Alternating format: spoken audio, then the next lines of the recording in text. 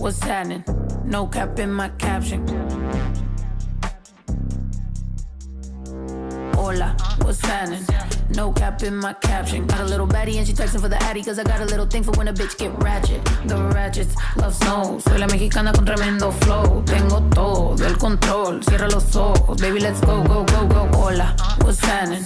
No cap in my caption. Got a little baddie and she texting for the addy, cause I got a little thing for when a bitch get ratchet. The ratchets love snow. Soy la mexicana con tremendo flow. Tengo todo el control. Cierra los ojos, baby, let's go, go, go, go. Hola, buenas noches. Yo me llamo Snow por si no me conocen. Yo ya tengo tiempo que le meto, pero con todo respeto ya llegó la hora que llegue con un golpe. Tengo whatever cuando quiero lo que se antoje. Quiero dinero para que los haters se enojen. Soy de San José como...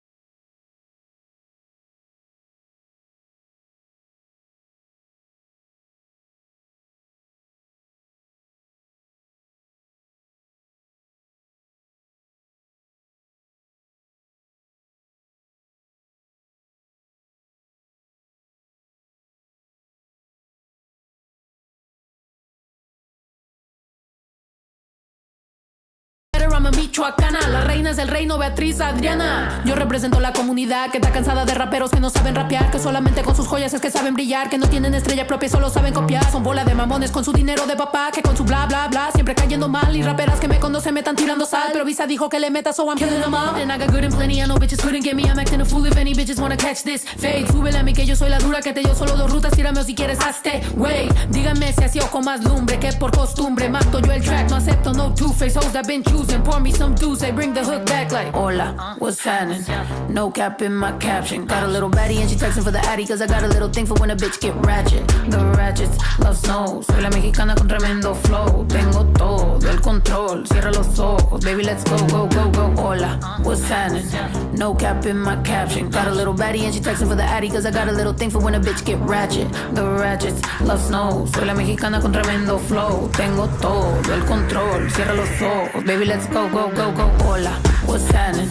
No cap in my caption. Got a little baddie and she texting for the addy, cause I got a little thing for when a bitch get ratchet. The ratchets love snow. Soy la mexicana con tremendo flow. Tengo todo el control. Cierra los ojos, baby, let's go, go.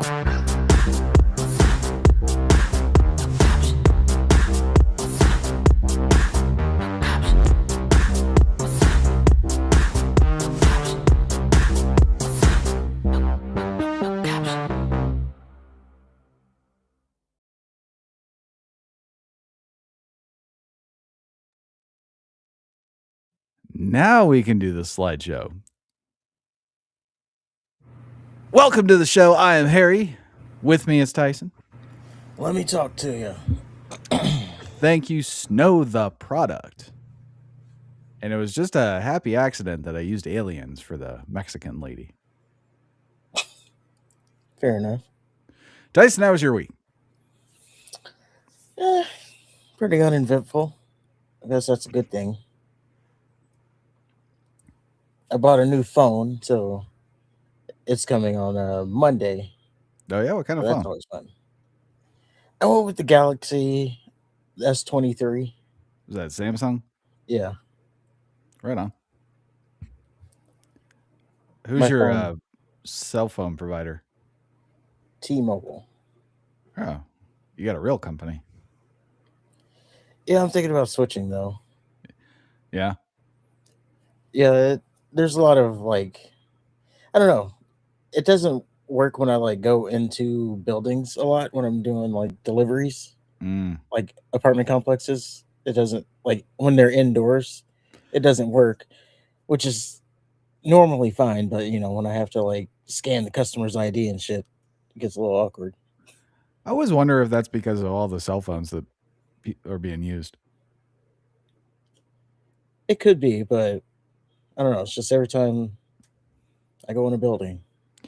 I noticed that ever since it went from that 4G to 5G, it's been shittier. I don't have 5G yet. Oh, My phone's too old for that. you little. That's why I'm upgrading. Well, not that, but I recommend the little feature where you have the Google Wallet. You can put your little DoorDash card on it, then you can scan your phone. oh yeah, I use that. I don't even take my physical cards anymore. if it ain't got tap to pay, I can't go there. That's fair. Yeah, that's a good little feature. Yeah, it's a little too easy to spend money that way though. But Just a bit, yeah. Let me get my phone. yeah, now I'm hearing commercials like, "Don't use tap to pay. You can get your shit stolen." It's like, well, I'm gonna do it anyway. Now can you get your shit stolen? I don't know. Apparently, scammers have some thing that steals your stuff from tap to pay. Oh, well, they have things that steal your stuff from scanning. Yes. They have things to steal your stuff. If they're gonna steal your stuff, they're gonna steal your shit. Yeah, that's just their newest scam. They Yeah. already been and got the the swipe stuff taken care of. Oh man, at my place of business, there was some guy that he had a backpack full of card reading equipment for vending machines. Tried to break in. Oh wow. Like, first of all, why are you using credit cards for vending machines? You deserve to have your shit stolen. I use tap to pay on those too. I bet you do. I mean, I don't. It's not often that I go to vending machines. I will I see a not lot of them. use I will not use electronic payments for vending machines. I either have the cash or I don't. Well, as I go around with tap to pay, I don't have cash a lot. That's fair.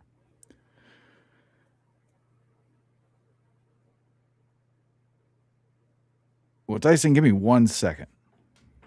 No problem. How's everybody doing tonight? We got a good show coming up. I don't know if anybody's here, but if you are, hit the like button, hit the subscribe button. That's usually what I say around this time. We're growing. We had a slow week this week, but that's okay. We are growing. That JR video got a little traction. It's because he responded, so people think it's the new response, but it's actually the old one.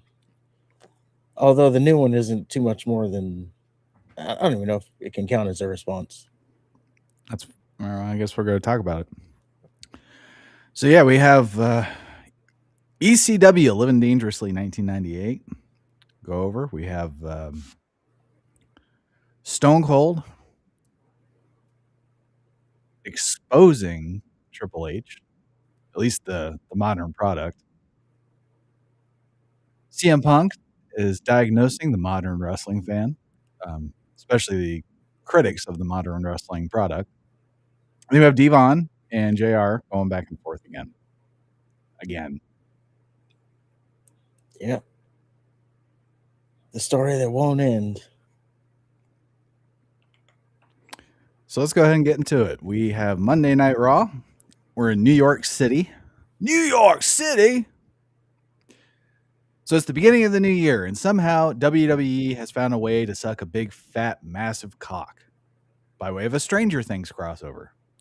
So there's a fake Stranger Things lighting on a fake outside shot of the stadium. Then they flip the cameras upside down because they're fucking lame. Corey Graves and Michael Cole popped out of the Stranger Things radio station van and said whatever dumb shit they had to say. Then Graves promised us a night jam-packed full of Dungeons and Dragons, Demigorgons, and championship battles. Now, spoiler, we're only going to see one of those things. We saw all of them, I think. We didn't see Dungeons and... No. Stop it. By the way, if that's...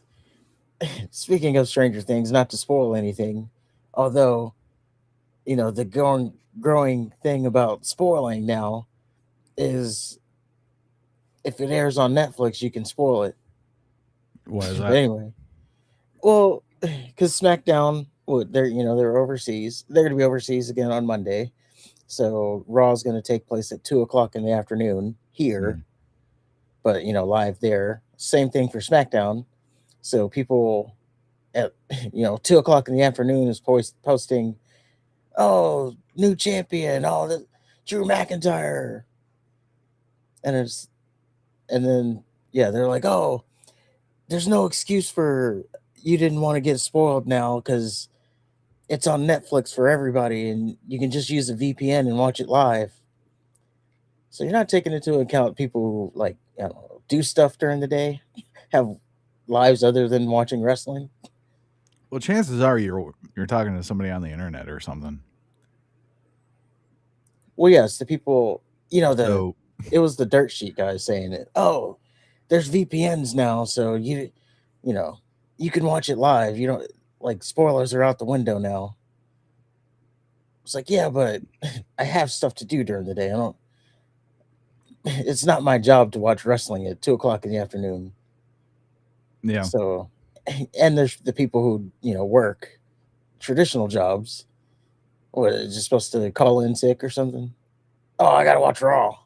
Imagine that's your call in. Wasting sick time or PTO on that.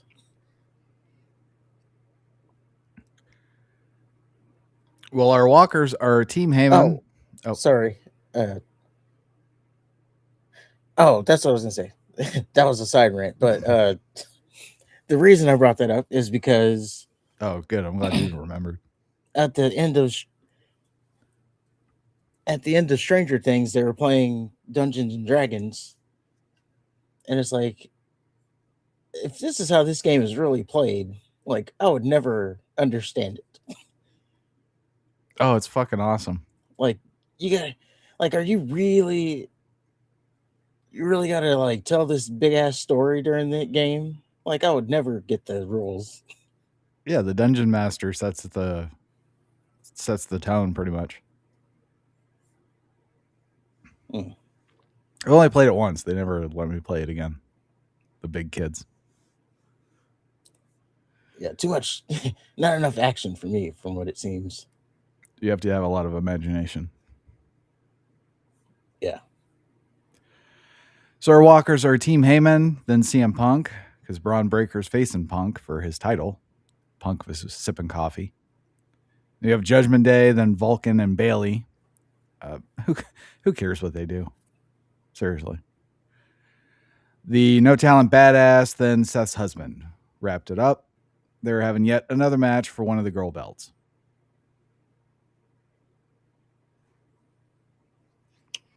Fair enough. And then Rhea Ripley and Io Sky beat the Kabuki Warriors somehow. And they get a hold of the meaningless girl belts for a while. Till RuPaul and Nia Jax beat them, I suppose. They'll probably be taking it into WrestleMania for whatever reason. Yeah. Rhea and Io, of course, couldn't keep their hands off of each other. And the entrance was really. Did you see how like Io was like all over Ripley's face? Yeah. Like God damn it. Kabuki Warriors lose yet again, especially to Io and Ripley. Yeah, they're on a bit of a losing streak, but we'll see where they go from here. We had a CM Punk Braun Breaker hype video. The song they used was Ass Cheeks.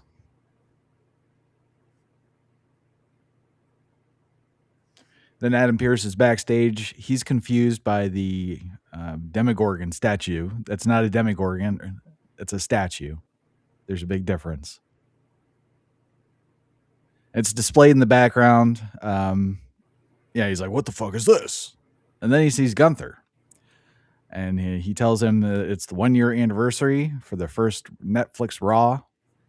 He doesn't need Gunther going out there and being an asshole. So he needs to go show respect when he goes talk to the fans. Gunther's like, okay, pal. So Gunther slowly makes his way to the ring. And he stands on the announce desk. He's carrying his new shirt instead of wearing it. That's good. Then he teased throwing it to the crowd before throwing it on the ground, which was funny to me. The reaction Gunther got was less than impressive, though, to say the least. It was more like it's Gunther. Yeah, that massive heat he is getting from, defeating John Cena, Yeah. from making John Cena give up. How's that working out? That heat.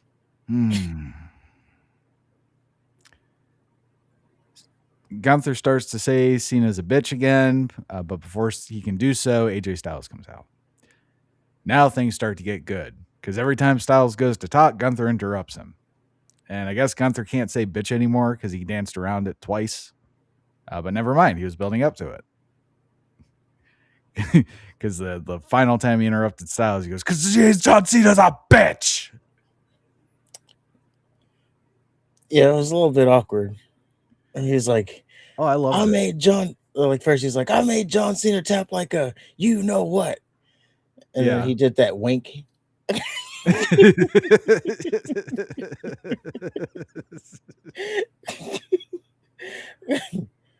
Yeah, so Styles ends up slapping Gunther because Triple H and the sponges they have in creative are lazy fucking pieces of shit, and that's like their one move.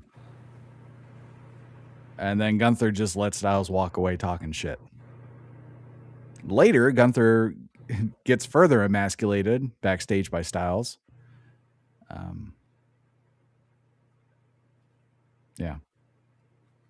He ran to Pierce, asked for a match with Styles. And Styles is like, oh, you're going to run you're going to run tell? Yeah, it kind of didn't make sense what Styles was saying.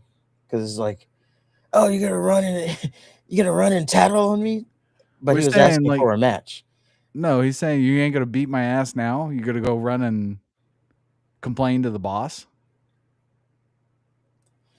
Yeah, but then he was like, I want a match. That's what Styles said. I want a match. But Gunther was asking for a match already, so it kind of didn't make sense. Oh, yeah. See, I think Gunther would be better served if he was just like good and cocky. The extra shit he's doing is just forced. Yeah, they're trying too much. He's not a little bitch guy.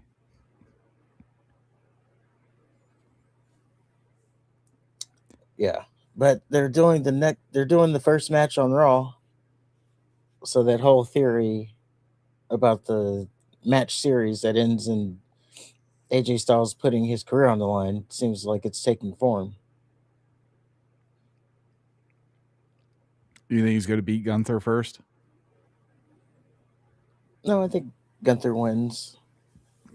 And then it builds to that.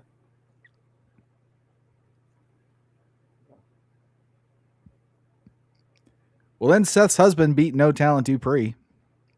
So Seth's husband has the meaningless girl belt again. It was almost worth watching just to see Dupree's despair at the end of the match and Seth's husband's reaction as to, when she was clutching the belt. We're back. Yeah. Maxine did look like an idiot, though. Oh, my God. She was literally looking at the ref count and then acted surprised. Not even that. Like, Lynch just, okay. She, did that little slow count thing, and Dupree's supposed to be this fucking mat technician. How the fuck is she just gonna lose to something so blatant? Well, I mean, I was okay with that. She held the rope, so there's leverage, if you will. But she gingerly laid back. But she was holding the ropes. It's like when they hold the tights. That's supposed to be when they hold the tights, that's the extra leverage that you just can't get out of, which we'll see later. Well, hopefully this stupid shit ends now, because who's gonna root for fucking badass Dupree? especially after losing her title in the dumbest fucking way possible.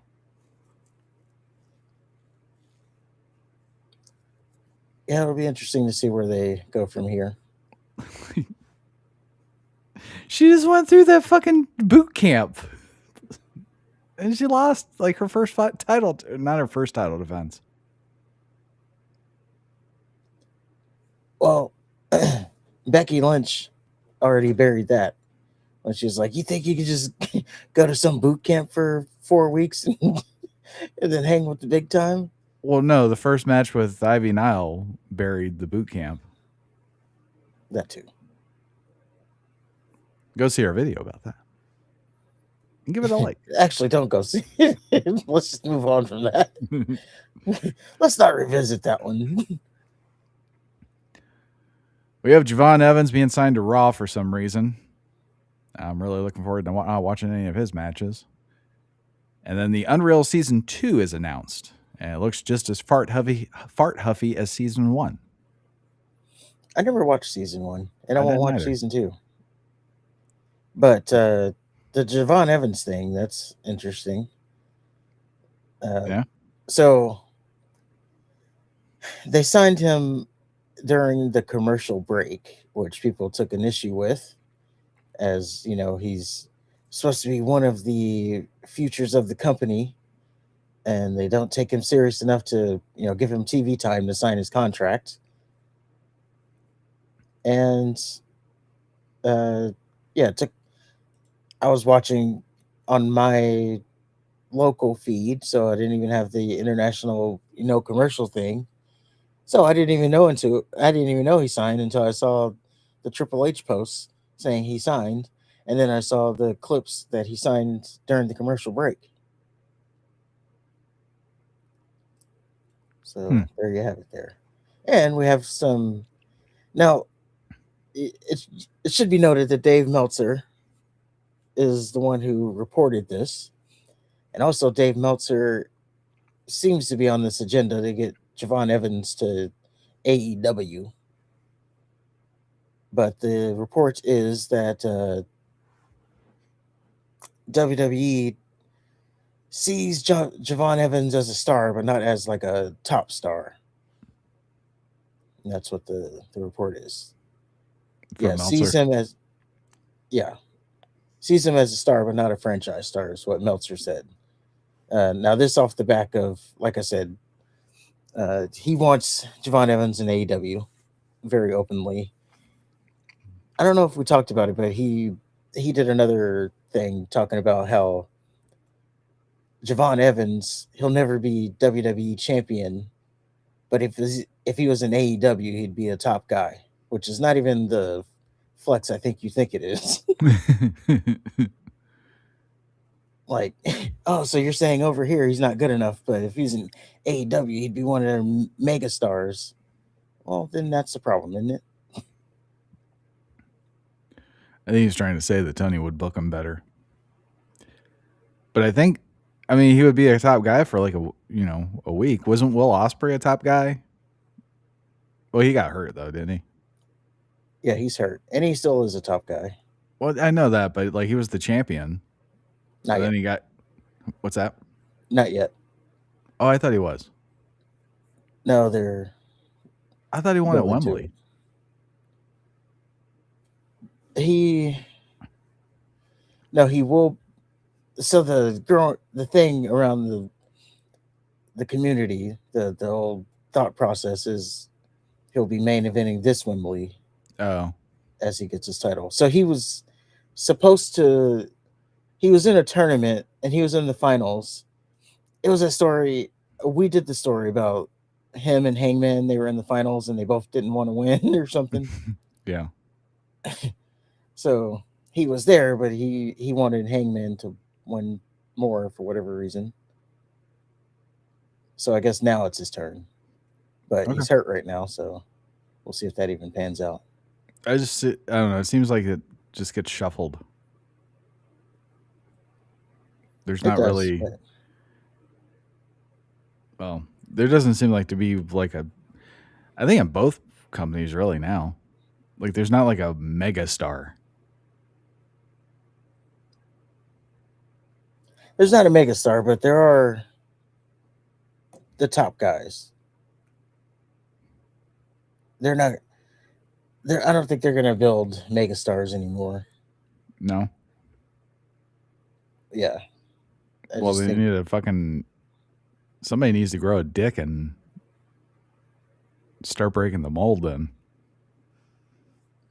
Well, I think you can have someone that'll get over, but yeah, they're just not gonna.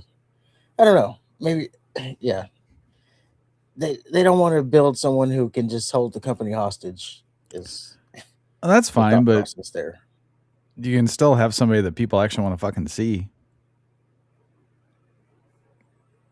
Yeah, it's more being built to you're going to see the WWE and also the people that are there. Like I want That's to. what they're wanting to build when they should be building. Come see, this attraction. I just want. I want to watch, or I want to be invested in somebody. I want to tune in because I want to watch somebody's match.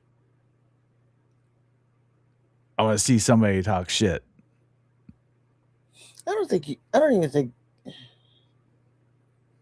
Yeah, I don't even think there's like a person who could be that.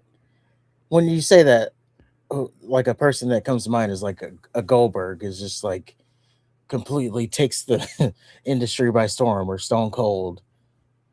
And I was I think. just think, I I think don't think Gunther there's could have been that. anybody. I don't think so. If Yeah, he's they got the wrestling, but he built him doesn't have right, the he doesn't have like the, I don't know, the mic work part of it. he has a great promo. He You just does, don't like but him because you just don't like him because he's un-American. whoa, whoa, whoa! I'll sue you, bro.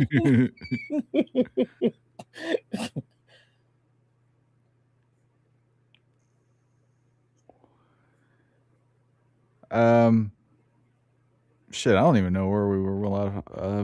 Usos came out. Let's start there. To the crowd, they just said some things and made incoherent noises. Yes, basically, they needed to wake the crowd up, so they sent Jey Uso out to do his entrance. Because WWE, they demoted Jey Uso, but they still want to use him for getting the crowd to pop. And then also that bald fraud had the audacity. I was watching the intro thing, the then now together forever thing. They had the audacity to have the together part with everybody yeeting. So you don't think he's a main event anymore. You demoted him to the tag team division, but you still want to use him to promote unity within the wrestling. Everybody's together because they yeet. But he's just a tag team guy now. I'm just amazed at how quiet Rikishi's been. Yeah, he's been pretty quiet. He must be ill. Well, I know he Swing. was doing a lot of side projects stuff, so There you go. Maybe he hasn't gotten to it yet. yeah, he'll come around.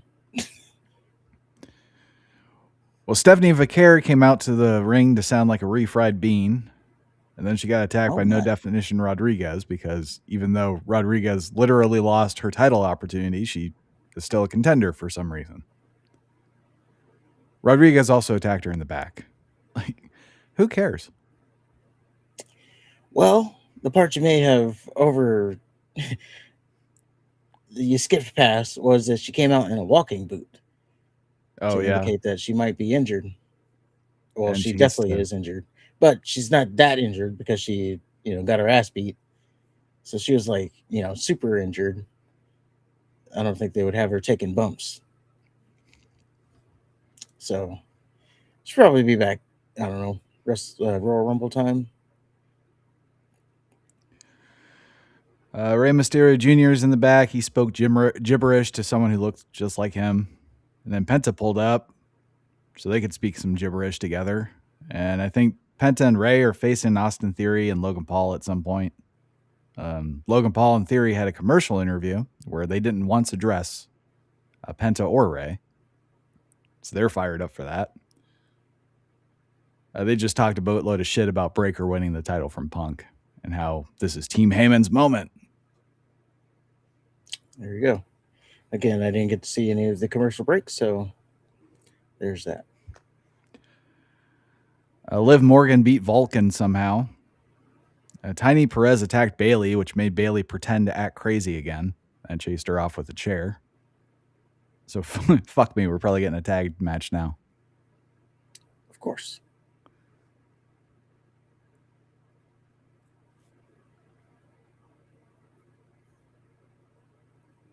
And then finally, we have Braun Breaker versus CM Punk for the WWE World Heavyweight Championship.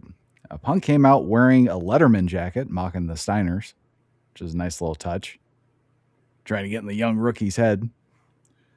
Then Punk played the cagey veteran. Breaker played the animal that's just been let out of his cage. It worked.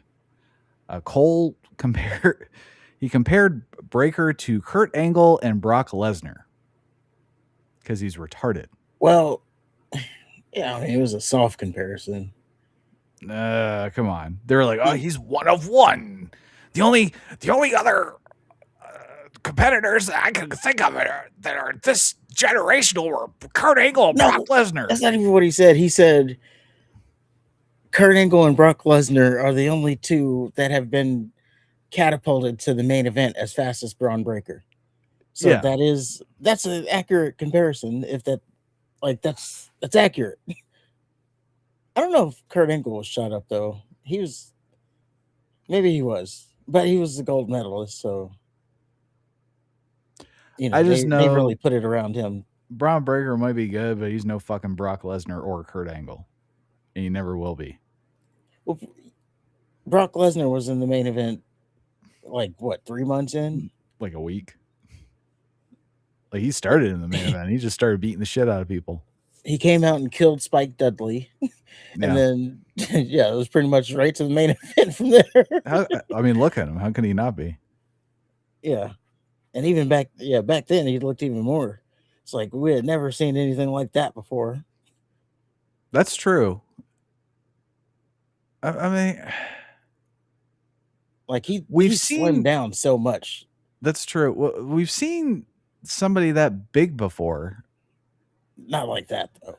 But not somebody. No, like maybe Arnold Schwarzenegger.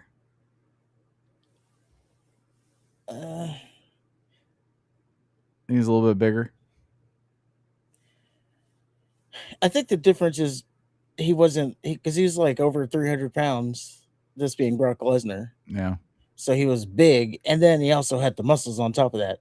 The only person I can like think of is like Bob Sapp, but he never really said wrestling. The only thing that really stood out to me was how fast he fucking was. Yeah. He wasn't just like a lurching big man. He was like a lion. Yeah, the speed that he got, he closed the distance. Well, Breaker then starts kicking Punk's ass. Punk's only offense was 2 attempts at a desperation GTS. And Breaker goes for a top rope Frankensteiner and gets fucked up. And Breaker ends up flipping from the top rope straight onto his head. And there's some like speculation on whether or not it's been planned, at least from what my little corner in the internet, which I think is good. That spot was planned? Uh-huh. I don't. It didn't look like it, but yeah, I mean, it didn't look like it. That's what I'm saying. It's I think the argument was Punk should know better, or he would know better. I don't know. Well, they played it off, obviously, but yeah, and that's where Punk came in because he played it off. He held onto the ropes, like he countered it. Either way, though, I think it's a good thing that something happened where you're like, oh man, was this planned or not? That's wrestling. So after doing the standard punch trading spot, Punk gets an offensive flurry going. he hits a Shining Wizard, a short arm clothesline, and the Savage Elbow Drop. Then he signals for the GTS, but Heyman hops up on the apron. And then out comes Reed, Paul, and Theory. And then Breakker uses the distraction to start whooping on Punk. Ref gets taken out, and Theory hits Punk with a curb stomp. Then Ray and the other Mexicans come out, fight Team Heyman out through the crowd. Meanwhile, Breakker goes for a spear. Punk sidesteps. Oh, no, he didn't sidestep. He counters with a knee.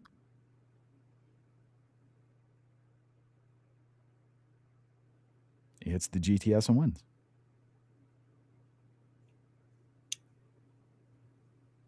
Yeah, I don't think it was. I mean, it was a surprise, but if you think about it, I don't think it's too big of a surprise. No. There was that spot where that was kind of corny, where Punk got the Anaconda Vice and Breakker just stood up. Just looked at him and, yeah, stood up. Like, it would have been one thing if it was early in the match, but we're kind of at the end of the match here, and he's standing up in the middle of a, I don't know. It's kind of corny.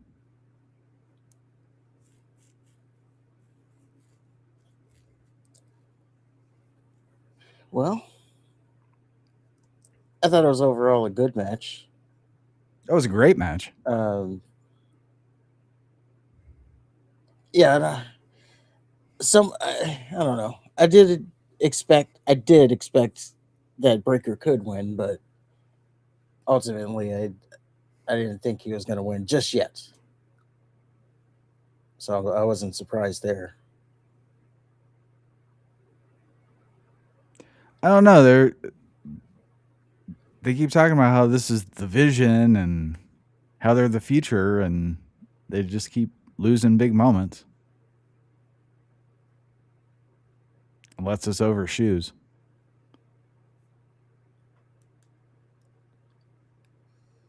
Yeah.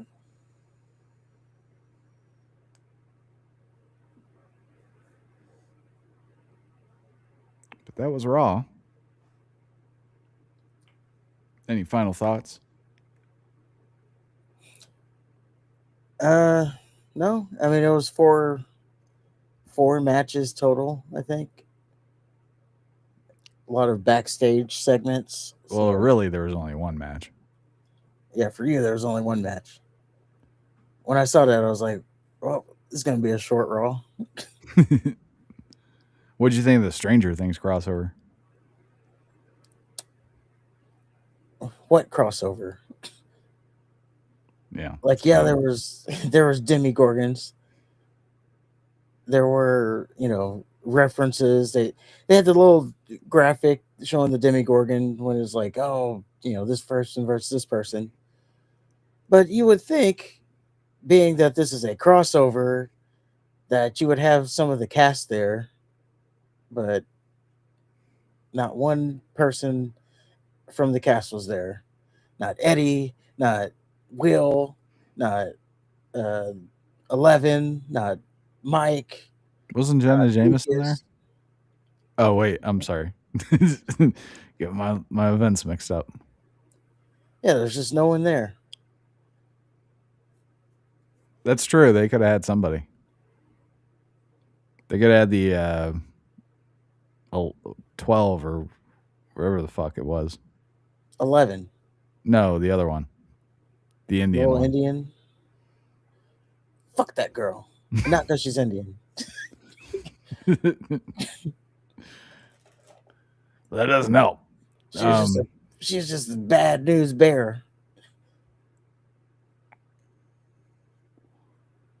Did you watch the finale? I did. Okay. I started it, but it was like 2 hours. Like, oh, shit. That's a movie. It is a movie.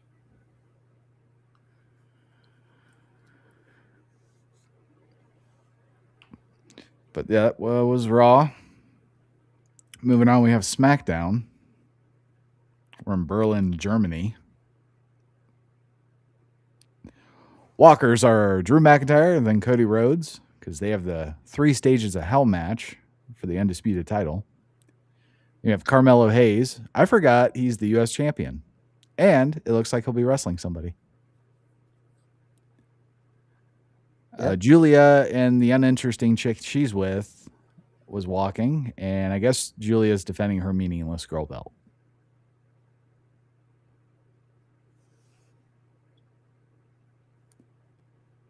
So then Randy Orton opens. Trick Williams interrupts before Orton can say anything. Williams says he's tired of hearing everyone come out and say it's their year. Williams is the future. It's 2026, not 2016. And Orton admits that Williams is a star, but he's baffled why Williams interrupted Orton, of all people. And Williams says Orton is one of the greatest, killing like all the shit he talked earlier. It's like, I'll admit you're one of the greatest of all time. Like, what? What? And he says he's the only one in the locker room willing to come out and brush up against one of the greatest. It's the year of Trick Williams. Then he turns his back on Orton. Orton says, obviously, you didn't learn not to turn your back on a Viper, so I'm going to let that one pass. But if it happens again, I'm going to kick your ass. Then Williams slaps the mic out of Orton's hand, and Orton kicks his ass. Williams flees before Orton can hit the RKO. Cue The Miz, who comes out to take an RKO so Williams doesn't have to. Pretty much.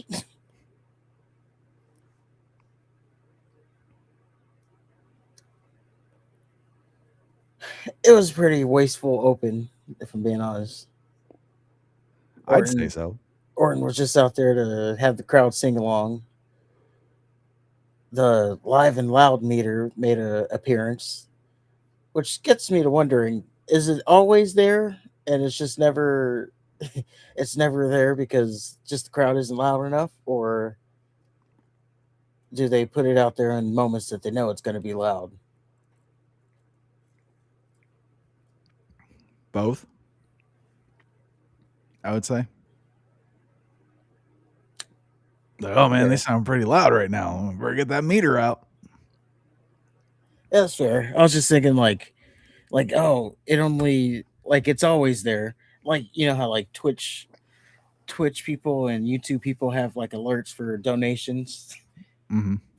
And it's like it's always there. We just never get donations, so you don't know it's there.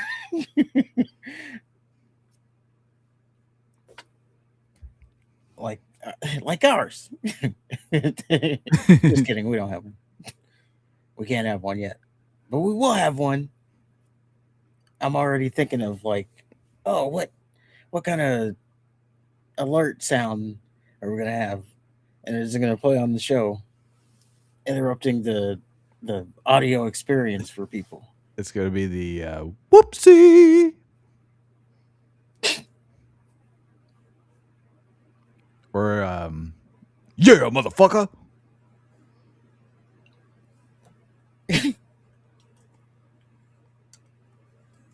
Or what's a good one? I was thinking the Dave Chappelle, I'm rich, bitch. There's that. That's a classic.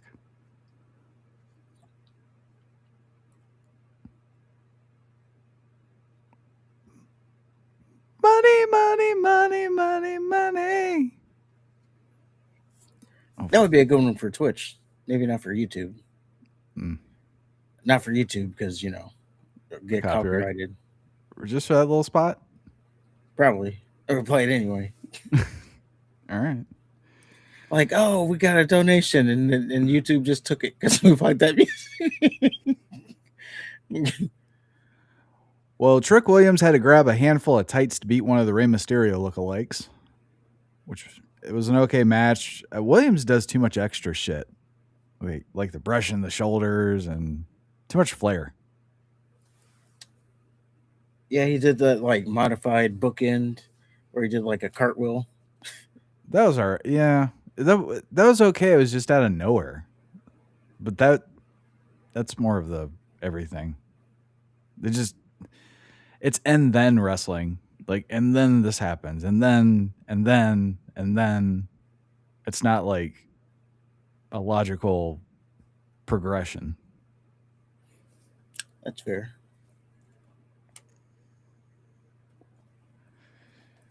We had a Drew McIntyre interview. He saw Cody's emotions are getting the best of him. Or I'm sorry, he says Cody's emotions are getting the best of him. And Cody's going to really lose his shit when he finds out that McIntyre stole the watch Dusty had to pawn to allow Cody to fail at acting. And McIntyre says if he gets Cody to DQ himself during the first fall, all he has to do is worry about one more. And he'll be champion.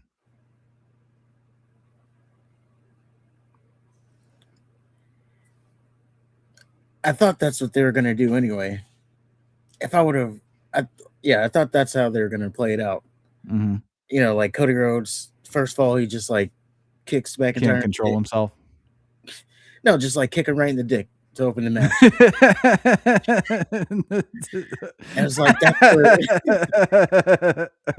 that'd be great. Yeah, like just the match start right in the dick, and it's like that's for all you've put me through. Yeah, now I'm gonna beat you for the next two falls. And it'd be falls count anywhere the next fall, so yeah, kick him in the dick and then go grab a chair. Yeah, I thought that's how they would do it, or something like that. Just immediate disqualification, but he doesn't care, and then just leads into the next match. Well, I thought they were going to do that, not as efficiently as kicking in the dick, but I thought he was going to get him in the corner and just start pummeling him, and the ref would try to pull him off, and he shoves off the ref, and the ref has no choice. Yeah. But I like the dick kicking better. Julia won her girl match somehow. Julia and her opponent had interviews that I skipped, and then Nia Jax and RuPaul attacked Alexa Bliss after the match. So there's that. Yeah, whatever.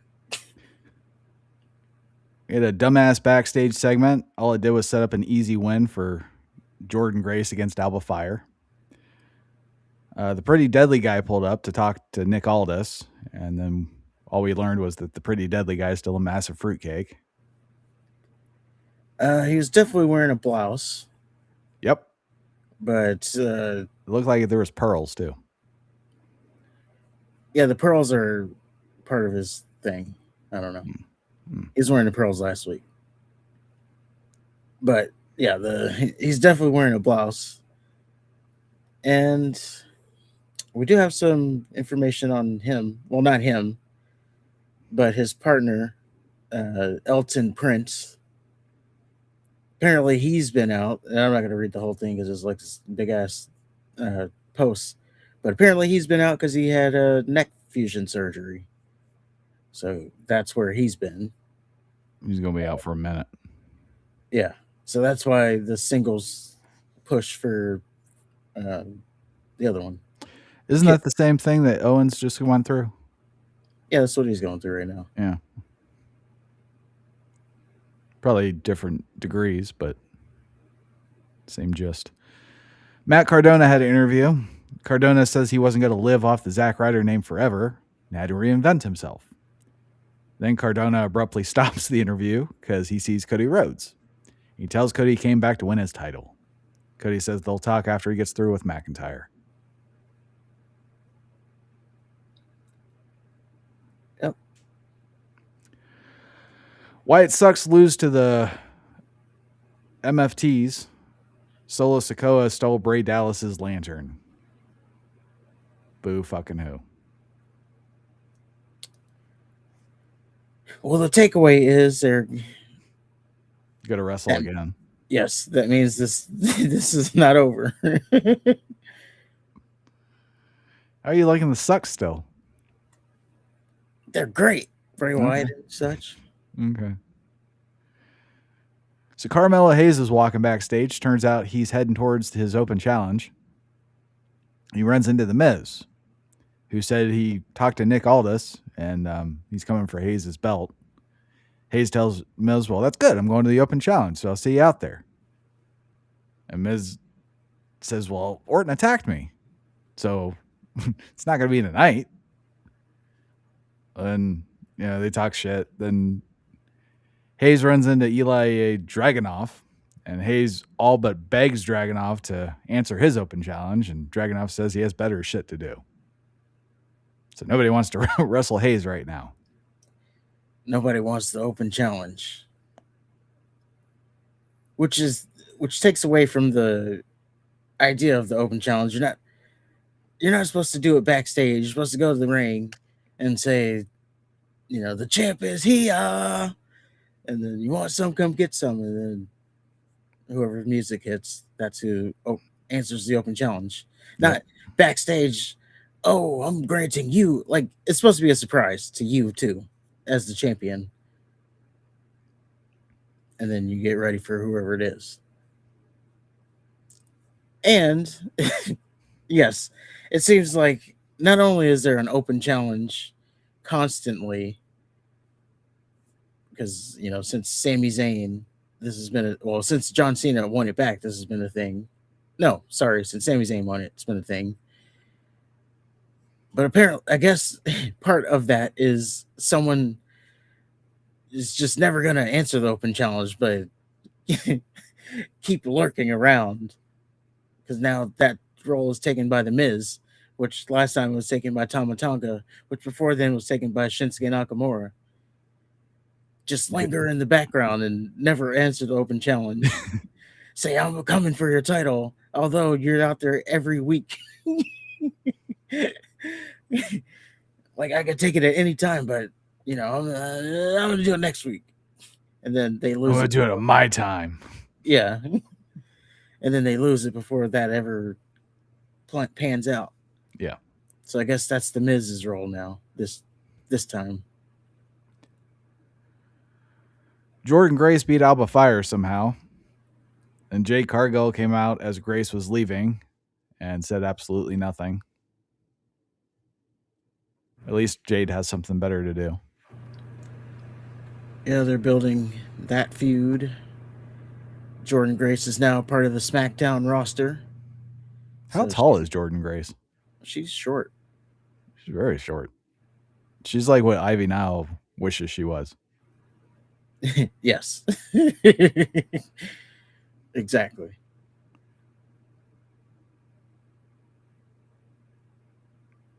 We had a Sami Zayn interview. He just said some bullshit. I didn't listen.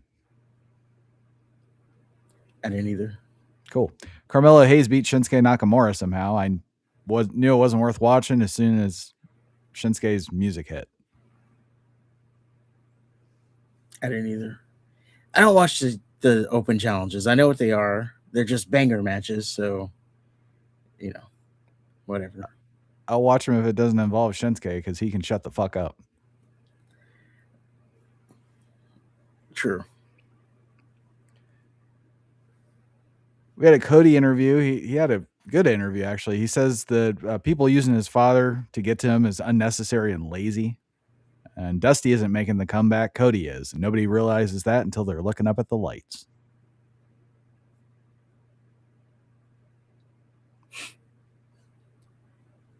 And we will see if Drew McIntyre is.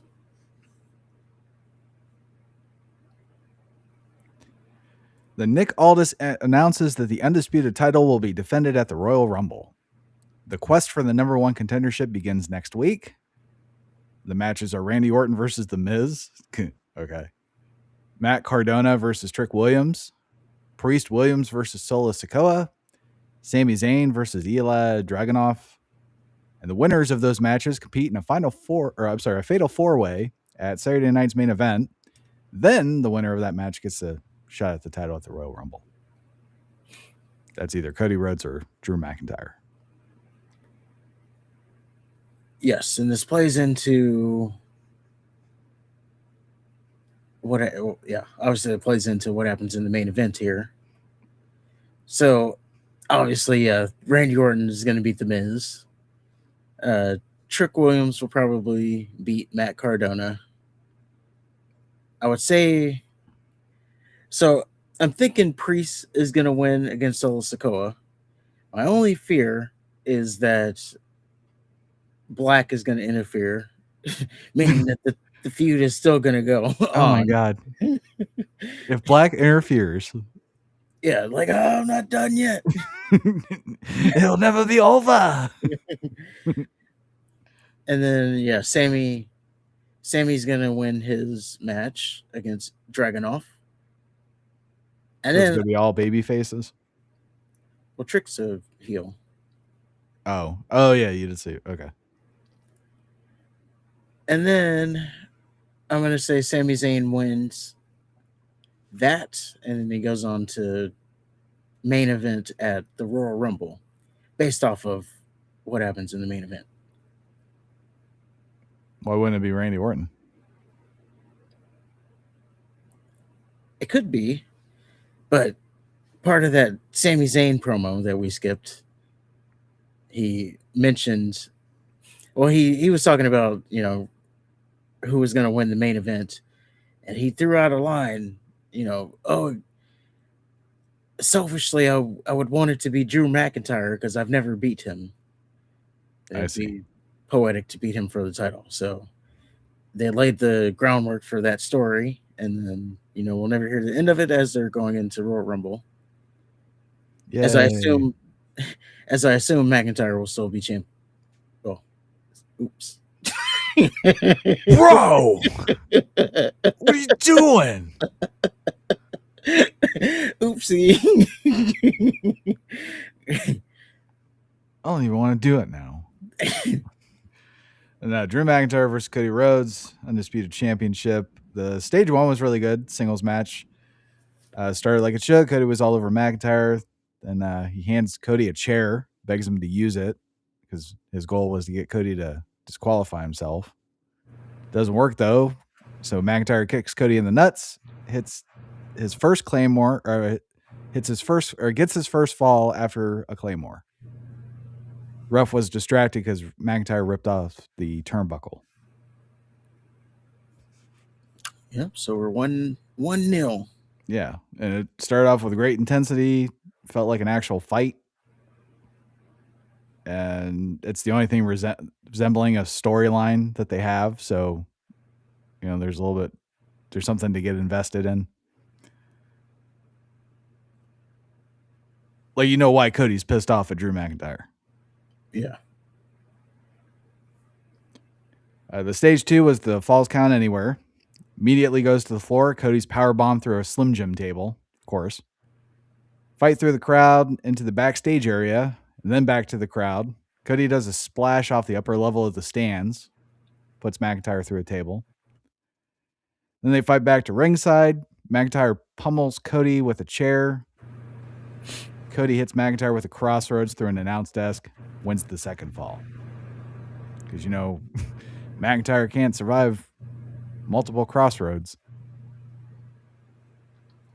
Yeah. I kind of wish McIntyre immediately went for the pin after the first stage was over. Obviously, it wouldn't have won the match, but I don't know. Yeah, it's a good touch when they do that. Yeah. Because the person's already down. Aside from that, though, that one, no complaints. But then we have the cage match. I wish they would either have them win by escaping or by pinfall or submission, not by both. Well, that's been a thing I know. forever. I just wish that I wish it would be either one, because it kind of, they would either go for the pin or then like, oh, I can climb out. I just wish it was either one or the other stipulation. That's fair. Cody ends up hitting another crossroads. McIntyre actually kicks out. I was shocked. There's more back and forth. They look really exhausted. It's great. Cody goes for the rolling crossroads. He hits two of them, but McIntyre escapes the third by gouging Cody's eyes. He follows up with a Claymore for a near fall. And Cody hits a Cody cutter from the very top of the cage. And McIntyre landed weird. Both men are spent. Cody climbs the top of the cage. McIntyre ends up stopping him, and they battle on top of it. And they ultimately crotch each other on the ropes. Then McIntyre goes to escape the cage door, and a fucking dumbass hooded figure appears. And it's Jacob Fatu. He beats McIntyre's ass. And Cody wants to know what's up with Fatu, and Fatu just starts beating Cody's ass. And this allows McIntyre an opportunity to escape the cage, and he wins the third the third stage, and that's 2 of the 3. Thus becoming the new WWE Undisputed Champion. Good for him. As we talked about it, like, he picked the stipulation. It's in his backyard. Like, it was going to be very tricky to beat McIntyre and still have some credibility left. Oh, if he didn't win this, it's shut the fuck up, McIntyre. Yeah. So yeah, it was pretty much a must-win for him, and he did end up winning. Now, the Jacob Fatu wrinkle makes it pretty interesting. Like, obviously they're playing up the whodunit thing. So was it McIntyre who attacked him back in October or whenever, or was it Cody Rhodes? And then I don't think they're turning Cody heel. So I don't think it's going to be Cody Rhodes. But it'll be a nice distraction because then it looks like, we're building towards a Cody Rhodes Fatu match based off of, Fatu costing him the title. It'd be kind of neat if it was Cody Rhodes, like Triple H when Shawn Michaels got thrown through the car windshield. Oh, yeah. And then it was him. You got that pixelated video and enhance.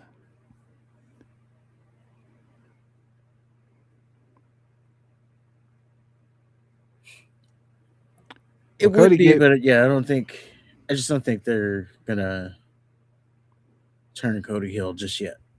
They might be, like, eventually, but I don't think it's happening just yet.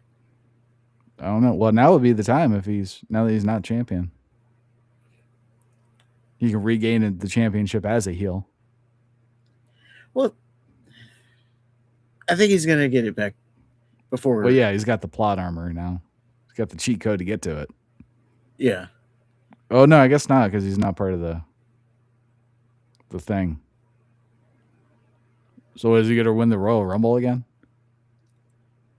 No.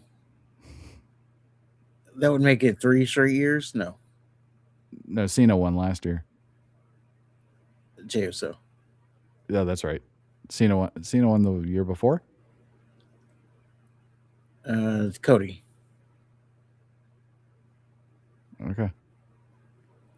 Cena didn't win it recently. He won it. That's how he got the main event. That was Jey Oh, Uso. no. You're right.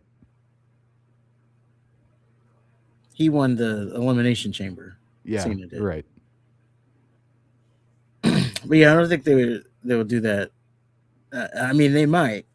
He would be one of, I think him and Stone Cold would be the only 3-time winners or something.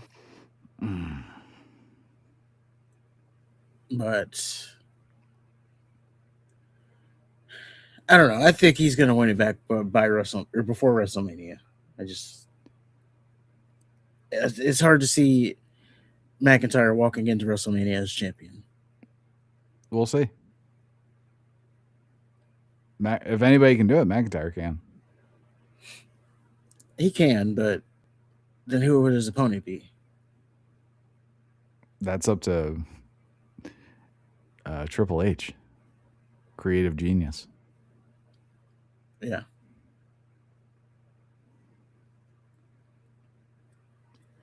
But congrats to McIntyre. Yeah. I'm interested. I like the fact that he's a chicken shit heel. Big, muscular Scottish motherfucker being a chicken shit just, I don't know. Hits all the right notes for me. That was SmackDown. 2 really good main events. Nestled at the end of very mediocre shows. Well, I think it was something necessary.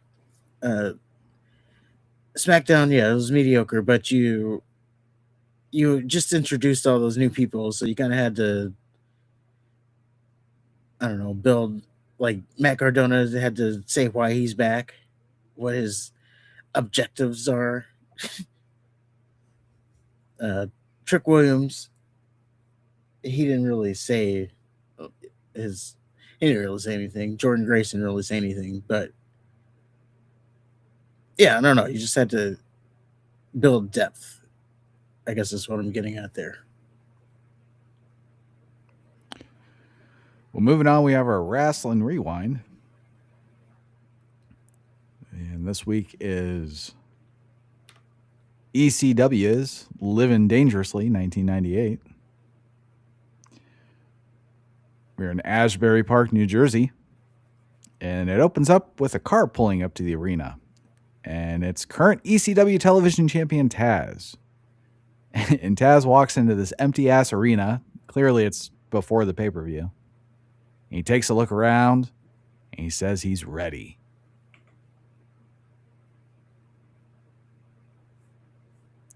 Then it cuts to Joey Styles in the ring. Styles is specifically here to warn us that we need to sit back and buckle up. Because for the next 3 hours, we are all living dangerously. So out come the full-blooded Italians. Tracy Smothers, Little Guido, and Tommy Rich. And they are facing Chris Chetty and dynamic Jerry Lynn. Chris Chetty is apparently the first graduate of the House of Hardcore.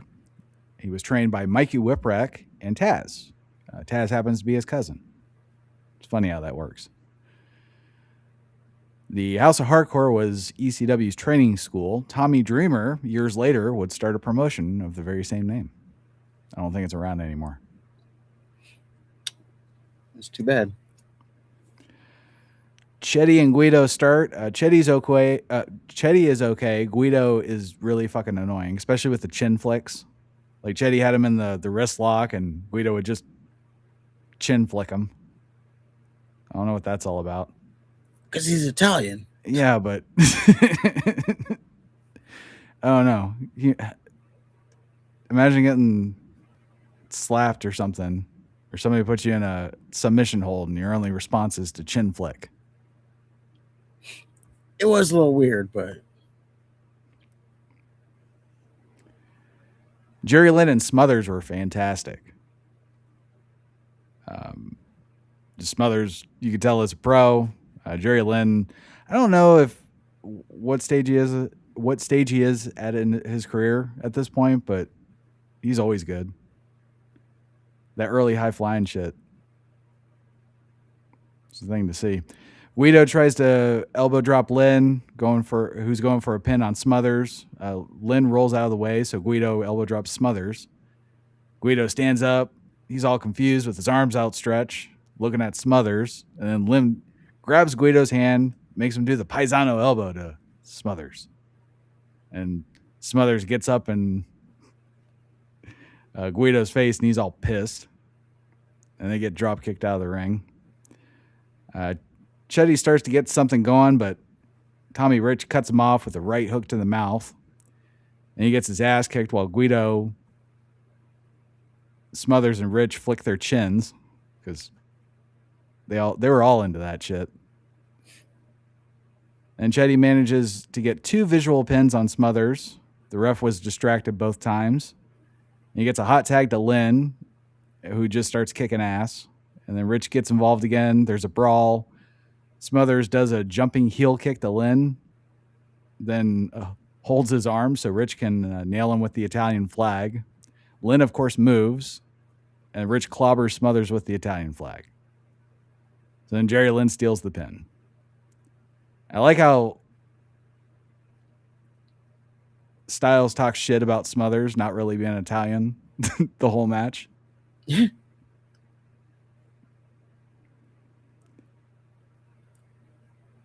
I'd say this was not as offensive as an open as you would think. Oh, is it Donnie Allen and those other fuckers?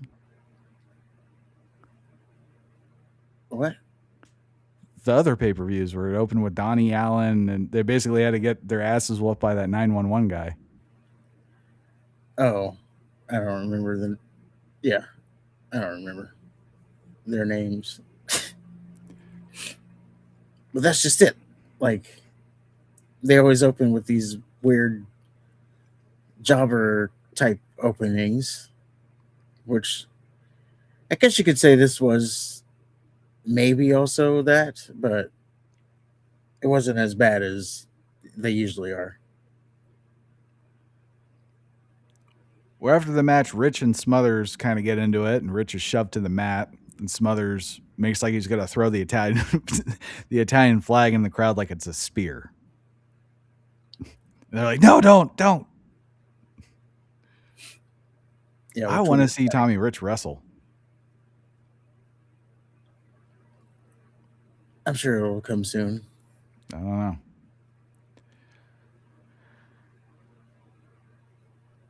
Well, then they play a hype video of some Japanese wrestlers. It's Wing Kanamura and Masato Tanaka. All we need to know is Tanaka razor's edged Mike Awesome out of the ring through a fucking table. And I was so fired up for a Japanese bloodbath. Yeah, and this is, I believe, before Mike Awesome was in ECW. Yeah, I think it was his Japan days. But yeah, he's just getting his ass kicked by this little Japanese guy. And you see him get tossed out of the ring through a table. His big ass. Yeah, great. Well, then Doug Furnas comes out with a mouthpiece. The mouthpiece says he's best friends with Vince McMahon and got the WWF chairman to buy out Wing Kanamura's contract. So now Doug Furnas can wrestle Tanaka instead. And the whole time I'm thinking Vince would never be friends with that guy. So you have Doug Furnas versus Masato Tanaka. Furnas and Tanaka start the match jumping around like Street Fighter characters. Then it settles down. Tanaka proves to be a little powerhouse before getting power slammed by Furnas. Doesn't last long, though, because Tanaka catches a kick from Furnas and delivers a dragon screw leg whip. He locks in a figure four. The crowd showers him with woos. Hits a tornado DDT, plants Furnas like right on his head. Only gets a 2 count, though. And Tanaka hits a running Death Valley driver for 2. He tries to go for a tombstone, fucks it up. Crowd lets him know, which I appreciate about the ECW crowd. Yeah, they were definitely quick to get on his ass. Furnas hits Tanaka with a powerbomb where he just dropped him on the back of his head and neck. And then he hits a release German suplex, goes for a cover. Furnas's mouthpiece gets on the apron, starts yelling. He wants Furnas to keep beating the shit out of Tanaka. So Furnas hits a Frankensteiner, goes for another pin. Again, the mouthpiece breaks it up. Tanaka ends up winning with a spinning forearm or something. That looked like it was fucked up too. Oh, I was just going to say, he botched the move beforehand. Whatever he was going for. I don't know if he was going for the same move he initially botched, but yeah, he botched that move too. And then it looks like, from what it looked like, he just went for okay, just do the forearm and let's get out of here.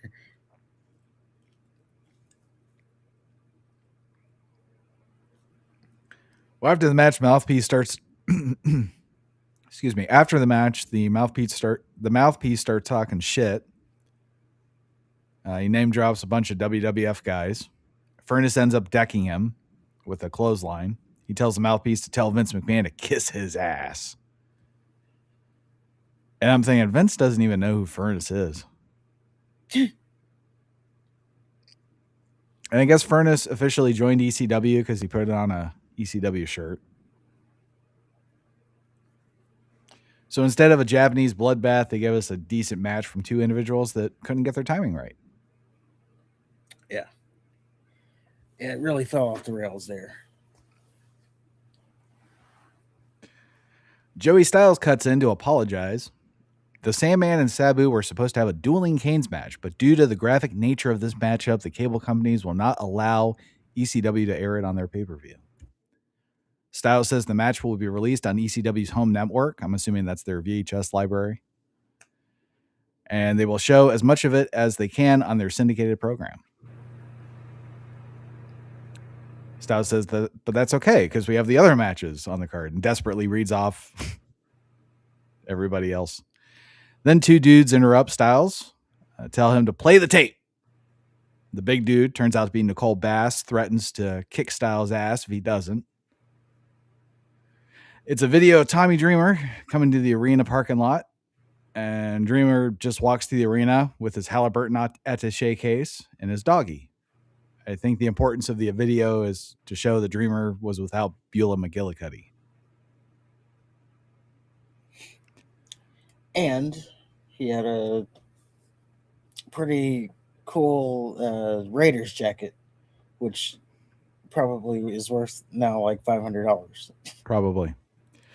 I was too focused on the crowd shouting China's boyfriend at Nicole Bass. Actually didn't hear that. Oh, I did. China's boyfriend. That crowd. So we have Rob Van Dam versus Flash Funk.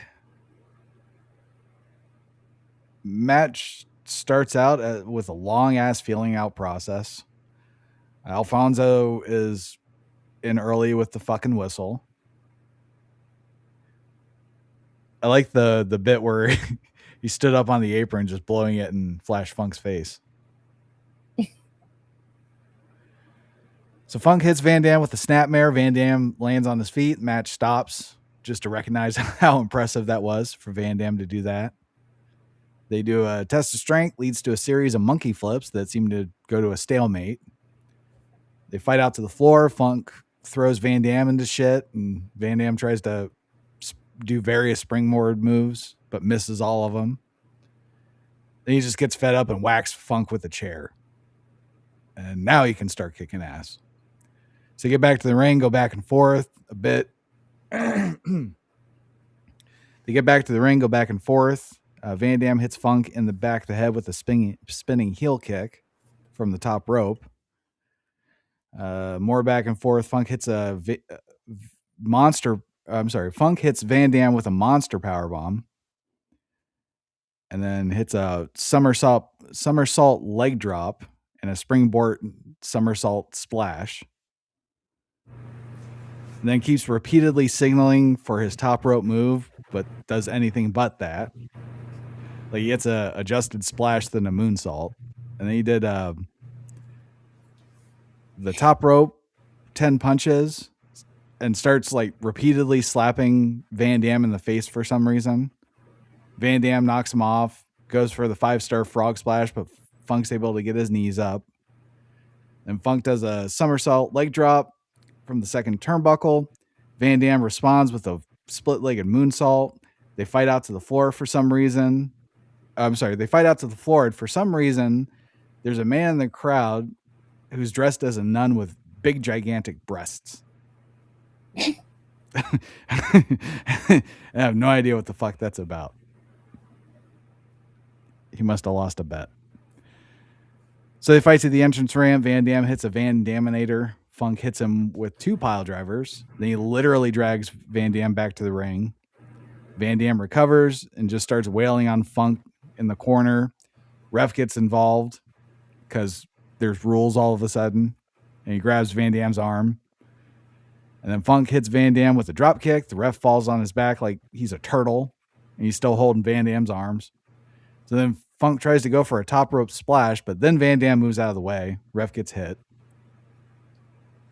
And then Van Dam tries to hit Funk with his 450 splash because that's his own move. Funk moves out of the way.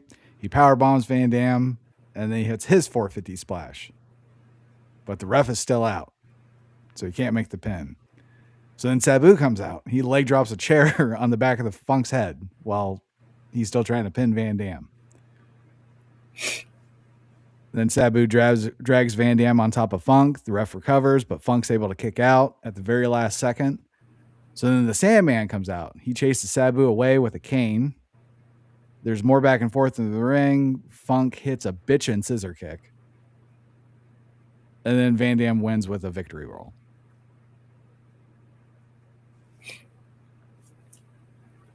Minus the outside interference, this was a pretty good match.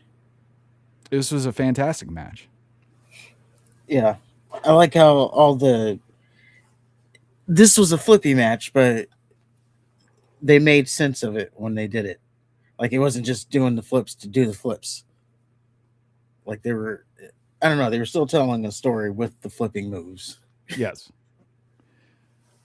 I like the moment where Van Dam did the monkey flip and he landed on his feet, and Funk was pointing at him like, all right, I'll give you that one, which I thought was a nice touch because obviously it was a planned fucking spot. Like, he knew it was going to happen, so there's nothing to give him. He knew it was going to happen. Yeah. But just I don't know, that sells it. Yeah, and just how everything stopped to take it in. Well, after the match, Van Dam gave Funk an opportunity to shake his hand as the better man. Funk goes for the handshake. Van Dam does the Ric Flair thing where he, strokes his hair. Then Funk says he's more of a man than Van Dam will ever be, and he'll shake Van Dam's hand even if Van Dam won't shake his, which made no fucking sense. So they shake hands like women, like they're, I don't know, the weak-ass handshake. Then Van Dam makes Funk say Van Dam's the better man. Funk says Van Dam's the better man, raises his arms, then decks him with a clothesline, starts stomping Van Dam out. So the Sandman must have gotten winded from all the cigarettes because out comes Sabu. And then Van Dam and Sabu try to put Funk through a table. Then the Sandman finds his way back to the ring.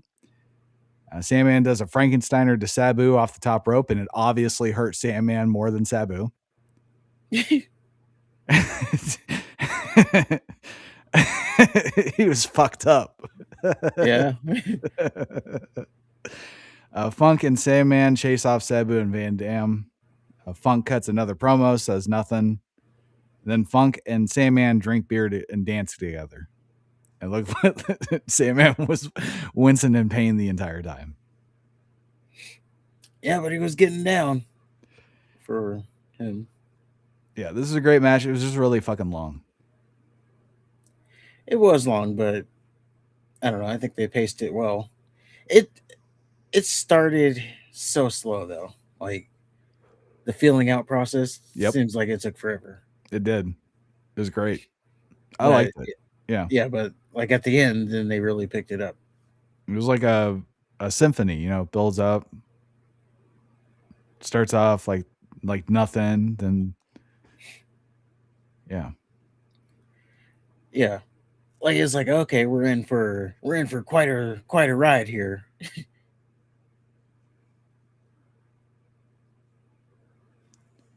We had a Chris Candido Lance Storm hype video. Looks like Candido and Storm are tag champions, kicking ass, taking names. Then Candido turns on Storm for some reason and pile drives Storm on one of the title belts.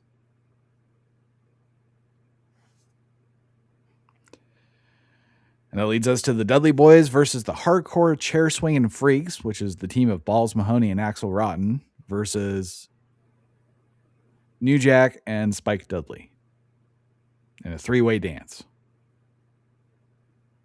Well, it's supposed to be a three-way dance, but the match starts as soon as the second team comes out, and it's just a Looney Tune weapon match. Then rap music starts blaring, and out comes New Jack and Spike Dudley.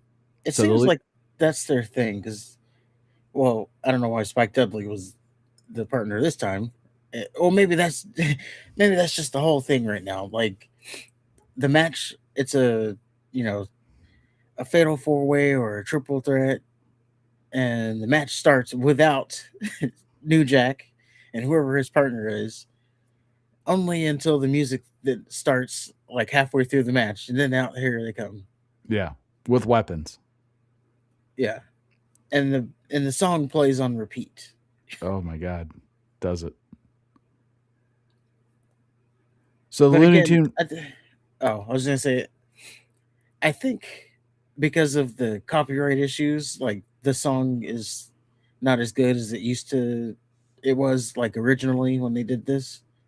It has to be, because there's no way that New Jack comes out of that corny shit. I remember him coming out to something like Tupac. Yeah, I remember this song, but I just can't. Like, I can hear it, but I just can't like think of it. I just remember it being a little bit more gangsta. Yeah, yeah. It's like, man, I think it's like West Side Connections, maybe, or maybe NWA, something like that. Okay. Well, that's not it was Tupac something. at all. It was something better than what they have right now because of the copyright issue. Well, Balls Mahoney came out the Big Balls by AC/DC, and they fucked that up. Yeah. So the Looney Tune weapon match continues. They fight in the crowd. Everybody fights in the crowd. And then Dudleys get put through tables by Spike and New Jack while the other team holds the Dudleys down. They dove off a high platform off the stands. Basically did what Cody did, but better. But way more dangerous, it seems. Like, how easily they could have fucked that up and it went like super wrong. That's why it's called a high risk maneuver. Yeah. So basically, yeah, they jump off the mezzanine down, and New Jack does this. This is not even going to be the worst that he does this. Jumping off high shit. Well, they somehow all make it back to the ring. Spike does a tornado DDT to Balls Mahoney through a table. Dudley's hit Mahoney with a 3D, and the hardcore chair swinging freaks are eliminated because I guess it's an elimination match. Yeah, we learned now that it's an elimination match. New Jack and Spike come up from behind the Dudleys and nail them with guitars. Spike hits Devon with an acid drop. New Jack follows up with a diving something while holding a chair, and he wins the match. You can't tell, though, because the fucking rap music was still playing. Yep. And they won the match, so effectively it never stopped. Yeah. This was a piss break match, if there ever was one. It was a lot of carnage, yeah.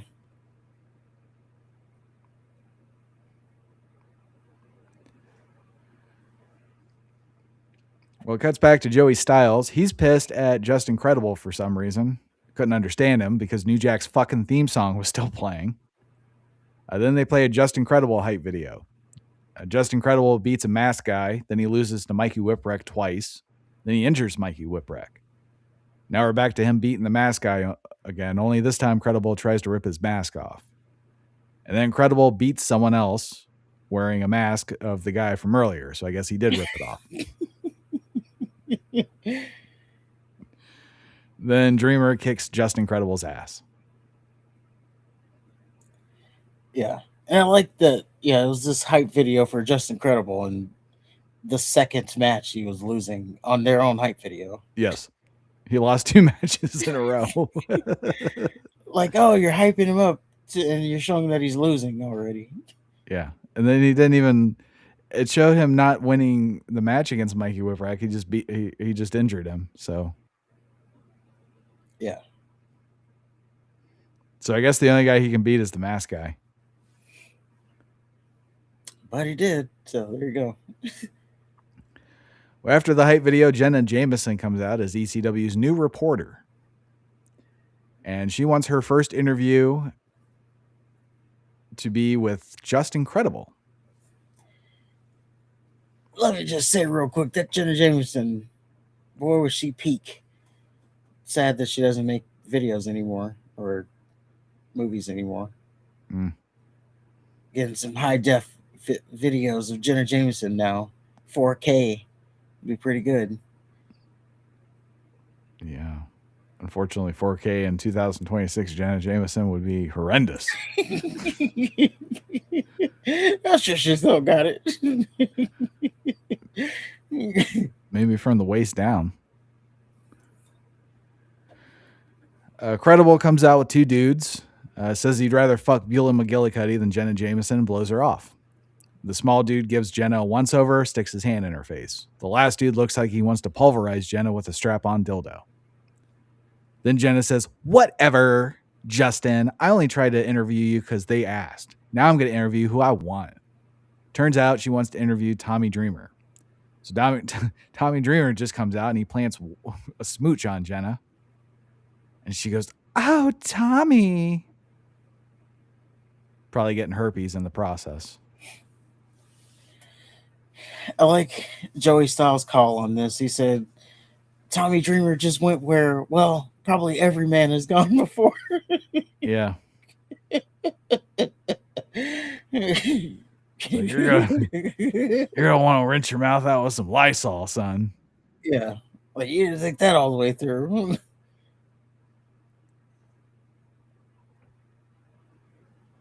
Like, Jesus, how many just before she went out to do the interview?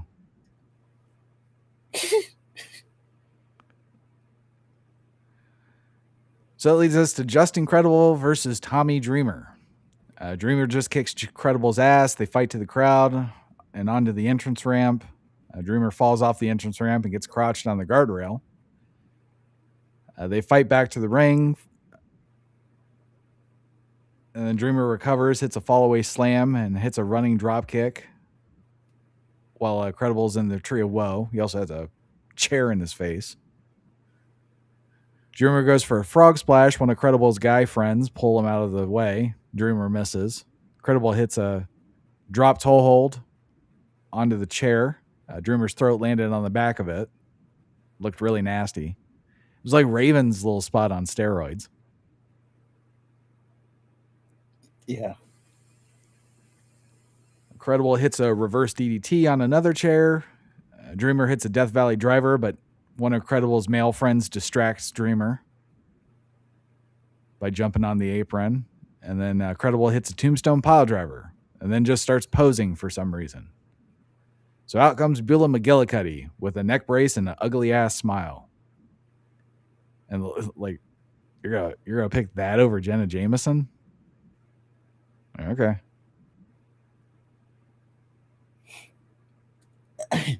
Well, at least that car probably has a lot less miles on it. That's true, but I don't want to see Beulah's quest for innocence. It's not a beater.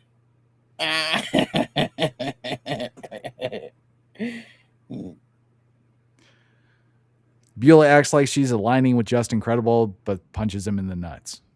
And then Credible's guy friends attack Beulah. She kicks one of them in the balls and hits him with a DDT. Second guy gets in the ring, snatches Beulah, and gives her a big old bear hug. Then Mikey Whipwreck comes hobbling out on crutches in a leg brace. He kicks the dude in the nuts, hits a stunner. In the stomach. Oh. And I got a problem here. It's bad enough that we gotta watch these pay-per-views because they've been taken off of Peacock. So we gotta watch them on the little laptop screen. And it's grainy. So, because again, I'm on a little laptop screen, so I don't get my 4K 50-inch TV to watch it on. Well, it'd be grainy either way. And here's the problem. So the person that was in the ring was Nicole Mann. And when she was she did the bear hug on McGillicuddy. And when she let her go, her top came down, or what have you. And being on my laptop screen, I couldn't get a good pause. I think it was blurred. Okay. Pretty sure it's blurred. Well, okay. Because, I couldn't get a good pause because either she didn't have a nipple or there were, but that could be a possibility too. But pause, that makes sense. Couldn't see nipple. That gnarled excuse of a breast. Yeah. Credible breaks a crutch over Whipwreck's injured leg. Dreamer wins the match after a DDT. And then he's crawling to Beulah, and it looks like they have a moment, but it abruptly cuts away from that. Back to Joey Styles. Final thoughts on Dreamer and Credible. I don't really have thoughts on it. It wasn't bad. I just don't have thoughts on it. I don't remember Justin Credible losing this much. Why do I always like losers? Well, they told you in the video package that he loses. But yeah, I remember him with a bunch of titles, so Must be later. yeah. Well, it cuts back to Joey Styles, and he says the biggest question going into tonight's pay-per-view is who is the toughest man in ECW? Bam Bam Bigelow or Taz? So then Bam Bam loses to Rob Van Dam for after Shane Douglas distracts him. Then Bam Bam yells at Taz for some reason in the locker room. Taz wins a match and yells at that Bam Bam isn't singling him out in the camera. Then Bam Bam and Taz agree to team up, but Taz isn't Bam Bam's partner. He's Bam Bam's savior. And Bam Bam also gets a title shot after the match. And I guess Taz and Bam Bam won the tag match against Rob Van Dam and Douglas. But Bigelow ends up turning on Taz because he never left Douglas and Van Dam's group. Yeah, it was all big old fucking ruse for the television championship. Wouldn't you like do a plot like that for the World Heavyweight Championship? You would. And also I remember, or if I recall, Bam Bam took a bump from them too. So when they initially double crossed him to set up so he took a bump to sell the angle, which is why I said, like Seth Rollins, he took he's really injured, but he took a spear and a tsunami to sell that he's injured so that Punk could be fooled. Remember that whole theory? Mm-hmm. That it was another trick. Just like, I don't think he would take a tsunami for that. No, because he's really so. Yeah, Bam Bam took a bump for it. Well, that leads us to Bam Bam Bigelow versus Taz for the ECW Television Championship.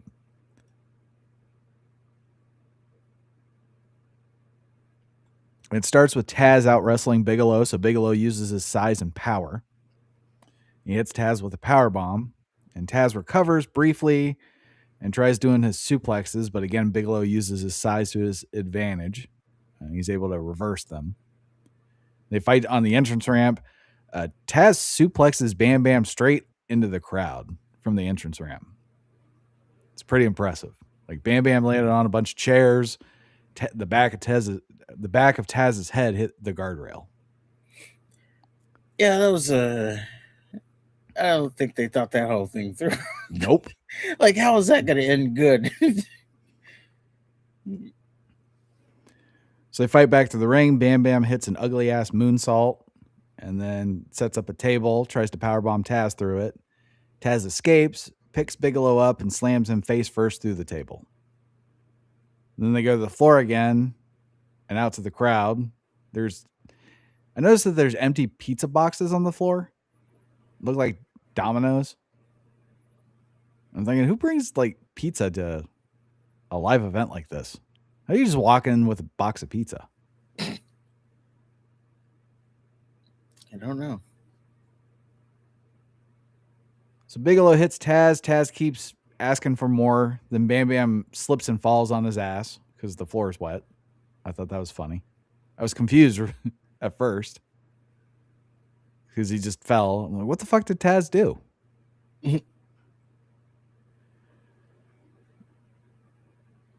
So they get back to the ring again. Bam Bam goes for the greetings from Ashbury Park. Taz escapes, locks in the Katahajime, Bam Bam taps, but the ref doesn't see, and Taz doesn't let go. So Bam Bam, in a last act of desperation, takes his feet out from under him and crashes through the ring apron with Taz still on his back.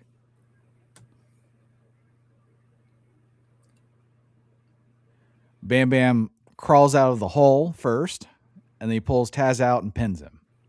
And Bam Bam Bigelow is the new ECW television champion. So I guess Taz wasn't ready. Yeah. I'm glad we got to see this moment because this is one of the highlights of Taz's career that I remember, at least ECW wise. Yeah, pretty iconic moment. One that will be shown for years and years to come, that moment. It's a pretty good match. Yeah, I didn't have a problem with it either. Like, a lot of these matches, I thought they were pretty good. Like, outside of the Dudley match. Yeah, that was the only just stinker. all over the place. Like the first one I didn't give a shit about, but it was watchable at least.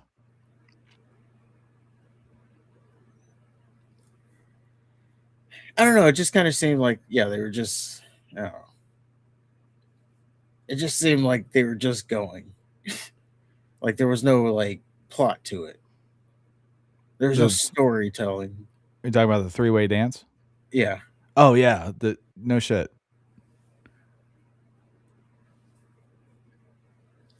Like they were just looking around for things to do as opposed to wrestling a match.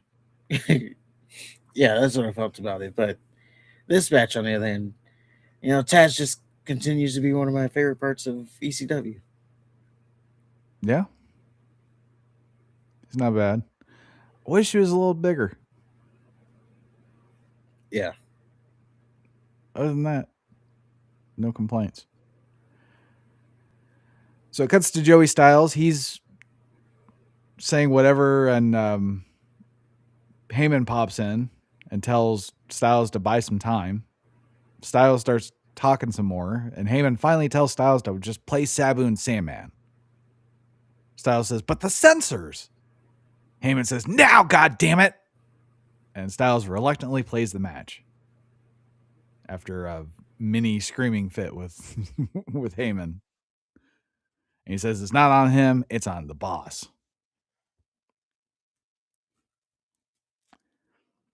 So we get the Sandman versus Sabu, dueling Canes match. Now remember, this was so graphic the censors would not allow them to show on pay-per-view. And also remember, it's a dueling Canes match. Yes.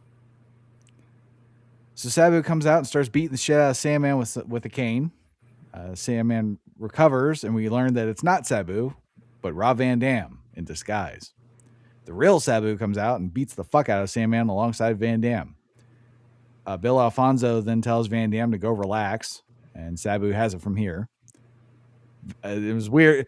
Van Dam went for a high five to Sabu, and Sabu went to reciprocate the high five, and then Van Dam just kind of left him hanging. It's weird. So then Sabu just starts diving off shit. They fight on the entrance ramp again. Sabu hits a springboard moonsault, which was really cool. And then Sandman suplexes a table onto Sabu. Van Dam comes back out, and Sabu kicks Sandman's ass again. Van Dam hits a frog splash while Sandman has a chair draped over him. Then Sabu and Van Dam put Sandman through a table with a double leg drop. Sabu drags Sandman in the ring and pins him. Dueling Canes. Yep. Not very many Canes. Also, they said that this match happened before the Flash Funk Rob Van Dam match.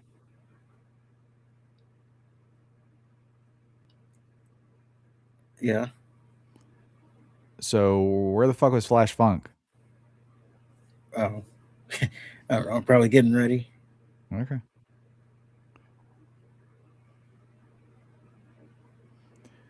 I don't know. I like the first match better. I think they played it up a little too much. Like, oh, this was so gruesome, and then It was kind a of big wasn't ass gruesome letdown, at all. wasn't it? Yeah, it wasn't gruesome at all. Yeah. Like, yeah, Just Sandman throwing the ladder in that first match was was gruesome. More their gruesome other than match was anything. way crazier. Yeah. But I will give them credit. I like how they worked it in. Yeah. Like, Yeah. and True. I like how they built it. Like, oh, it's so gruesome. We can't even show it. And then, they had to kill time because they had to rebuild the ring, which they never did anyway. But Yeah. so then they had to play it. So I like how they did that, but the match kind of then let down for what they built it up to be. Well, then it cuts back to Joey Styles. He's throwing a tantrum. He's pissed at Heyman because they went against the censor's wishes. Well, then we go to the main event. It's Chris Candido and Shane Douglas coming out, and they want to know who Lance Storm's mystery opponent is. So Lance Storm comes out with Sunny, and Sunny cuts a shitty promo and reveals that she's Lance Storm's mystery partner. Because the idea is that when she gets tagged in, Chris Candido will not be able to hit her. So we have Chris Candido and Shane Douglas versus Lance Storm and Sunny. They have the hole that Bam Bam and Taz made blocked off with caution tape. So however long Taz and Sandman and Sabu wrestled, that's how long it took them to put that shit up. Yeah. So basically, Lance Storm wrestled a handicap match. Then Sunny gets tagged in and teases a cat fight with Francine. And Candido immediately snatches Sunny by the hair. Storm saves her. And Sunny repays Storm by nailing him with, I guess, was it a cookie sheet? I think so. Okay. She hits him with a cookie sheet or whatever. And she shows that she was aligned with Candido all along. It was a ruse. And Storm just gets his ass whooped. And then Al Snow comes out to save the day. Crowd throws styrofoam heads in the ring. And Snow throws Douglas into the hole that was cautioned off with the tape, and he wins with the snowplow. Oh, go ahead. You missed maybe the best part of this whole thing. Maybe. So they have Lance Storm in a camel clutch, and they're asking him, this is after Sunny has turned on him, and they're asking him, what is he going to do? What is he going to give them? And then Lance Storm says, I'm going to give you head. And then those music. I didn't understand what he said. He said, I'm going to give you head. Yeah. And then Joey Styles like, did he just say, oh, never mind. They had to get their head joke in there. But yeah, that was the main event. My one biggest issue with this whole thing. Camera angle thing? Yes, they kept flipping the camera upside down. And the zooms, and yeah, I hated it. Hated every bit of it. Yeah, it was almost unwatchable for me. Like, if they would have just kept it with like the upside down ECW and then Snow comes out, I think that would have. He's crazy. We get it. Yeah, but it was overdone with the flipping upside down camera thing. Yes.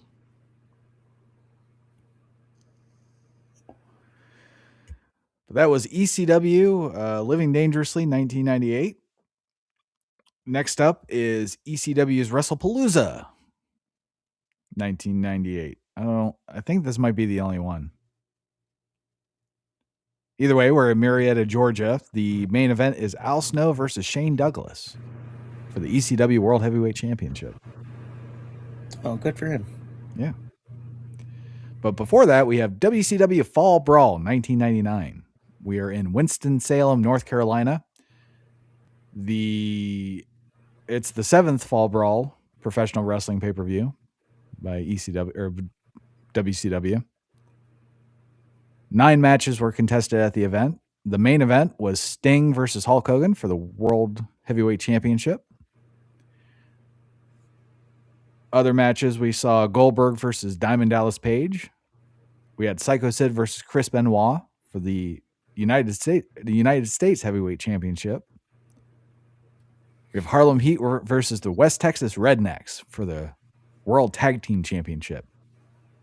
And finally, Saturn versus Rick Steiner for the Television Championship.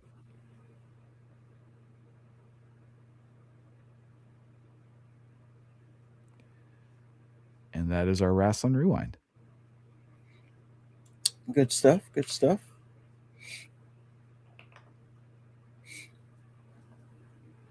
And with that, first let's check the chat and see where we are here. Do you want to? Oh, okay. Well, never mind then. I don't think there's anything to really check. Well, we've had people popping in and out, so there's that. Yeah. So hit the like button, hit the subscribe button on your way in and out. There's at least. I was going to say, I notice the numbers drop whenever you say things. Sure.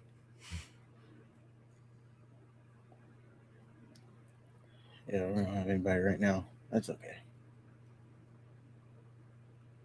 Yeah, I fucked up like the Raw main event because I looked up and I saw how there was like 6 people. I'm like, oh no. Pressure. Well, there you go. Well, since there's no one here, I'm going to go refill my water before we get into the stories. All right, let me play a song then. All right, I will be right back. All righty then.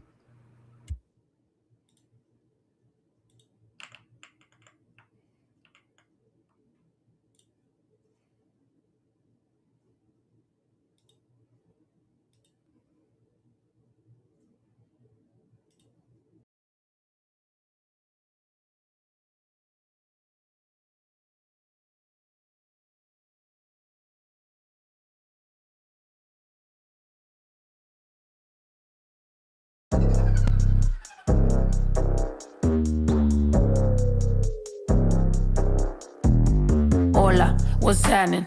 No cap in my caption. Hola, what's happening?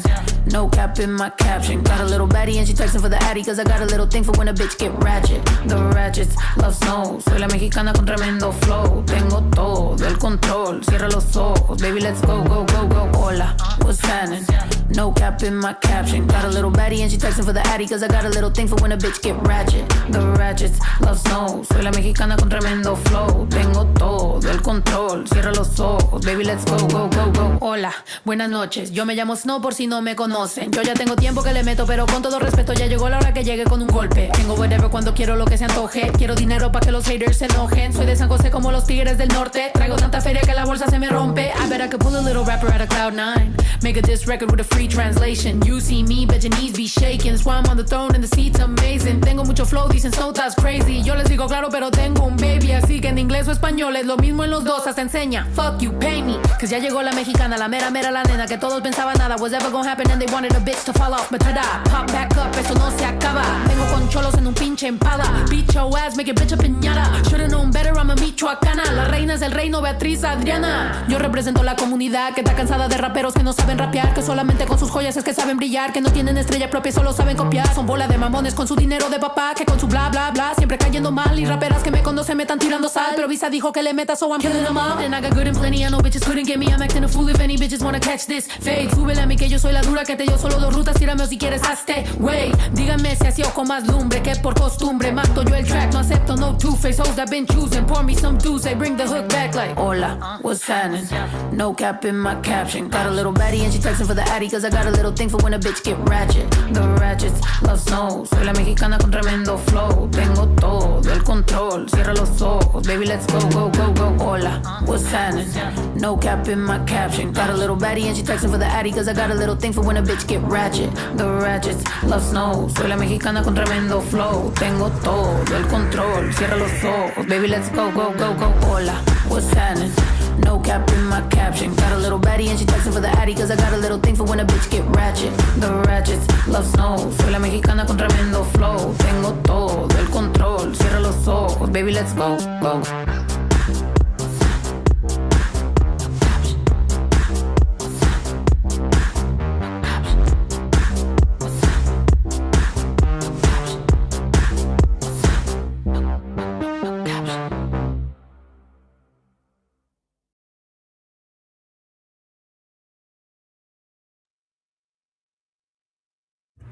All right, all right, all right.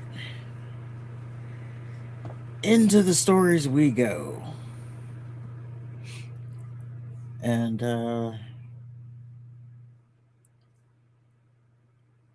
get the stories pulled up here. So we're gonna start off light, and then we'll make our way into the juicier stories for the evening. And we start off with, so Jesse the Body Ventura. I like to say he pretty much ruined his chances of going back to WWE, as he was talking with Fox News and he went off on Trump. Uh, so apparently there was this ICE incident, and they interviewed him for some reason about this. So let's play the soundbite here of what Well, he, he's the former governor of Minnesota. That's why they give a not the shit. current. But he's the former. Okay. So let's play the soundbite here. Message for Trump and or message for Governor Walz? Who was that? You mean the draft dodging coward? I don't call him by name. He's the draft dodging coward who, when it was his time to serve his country, he did what all rich white boys did. I wasn't a rich white boy. I grew up in South Minneapolis. Most of me and all my friends are Vietnam veterans. We had to go. But the rich white boys never had to go, did they? And he didn't have to go, did he? And yet he's going to tell me what courage is? Yeah, there you go. And I know that I know you probably have something to say about that. That's why I brought it up. Not Is really. Jesse Ventura's, he just says nonsense. He's the wrestler through and through. He knows how to pop a rating. Well, it's not even that. It's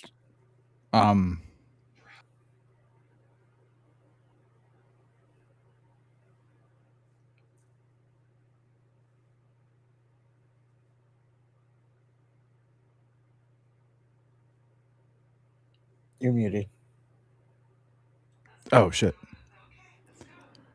It's not even that. He's just trying to get a rise, and I don't know if that's that much of a insult. Like, oh, he was rich, so he didn't have to go to war.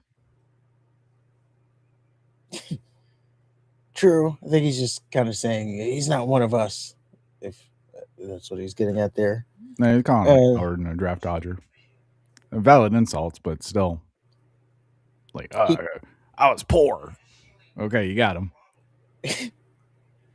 He did say some other things, not in this clip, but in that same interview. It was like a 7-minute thing, so at that point you got to kind of pick and choose. He mentioned he might run again for governor in Minnesota, and mentioned that we were in a third world country because of what I've been with the ICE situation. Oh Jesus! So there you go. But there's Jesse the Body, and what I say is he probably ruined his chances of getting back to WWE, since they're, as Mick Foley says, in bed with Trump. Who's in bed with Trump? WWE. Oh, well, As you remember, that's why he stood on business and quit receiving his royalty check.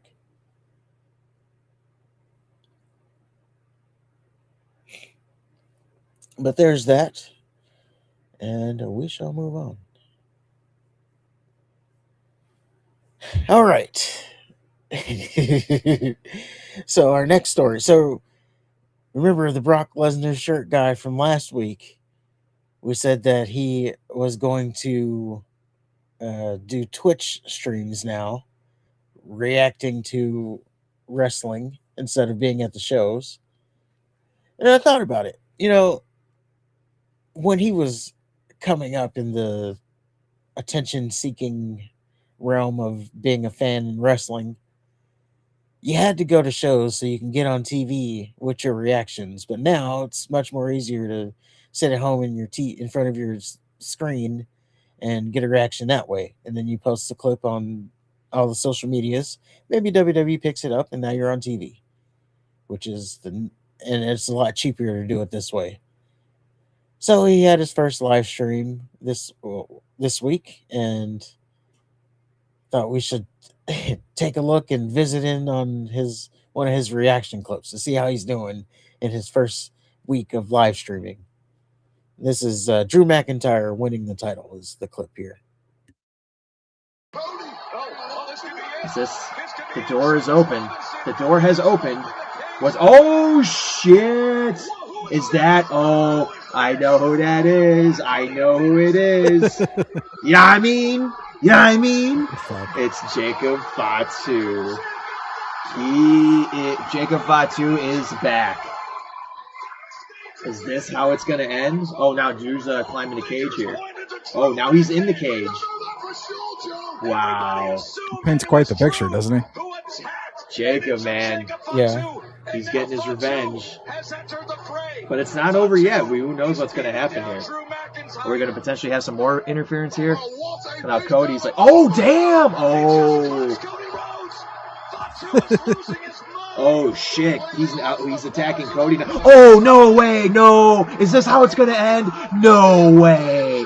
No. Oh, my God. Wow.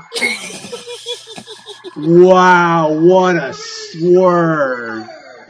And Drew McIntyre is the new WWE champion. Wow, what a series of events there. Holy shit. Wow. No way. That was fantastic. That was like I couldn't have written that any better. That was holy shit. So there you go. What do you rate his reaction? Wow, it was a good reaction. Now, was that an authentic reaction? It sounded like he was trying to be quiet to not wake up the people in the rest of the house. Well, I'm just saying, do you think he actually, because he was a live event guy, so maybe he is used to reacting like that. My thing is, he keeps looking at the camera when he does it. He did look at the camera a lot. Yeah. Like, and as a content creator, not to peel back the onion too much, the camera is not on the screen where you would be looking at chat. So he's looking at the camera. He's not looking at chat. Because, some people would say, oh, he's just looking at the chat. But no, he's looking at himself. Yeah. Trying to make it to TV, like I always say. So, I don't know. I think it's a little fugazi.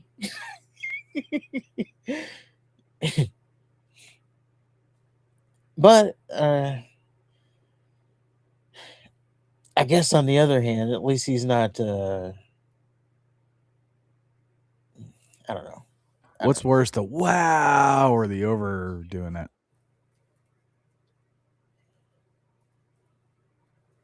The overdoing it. I mean, that's just his reaction right there. I don't know. It wasn't over the top. But give him time. This is his first week.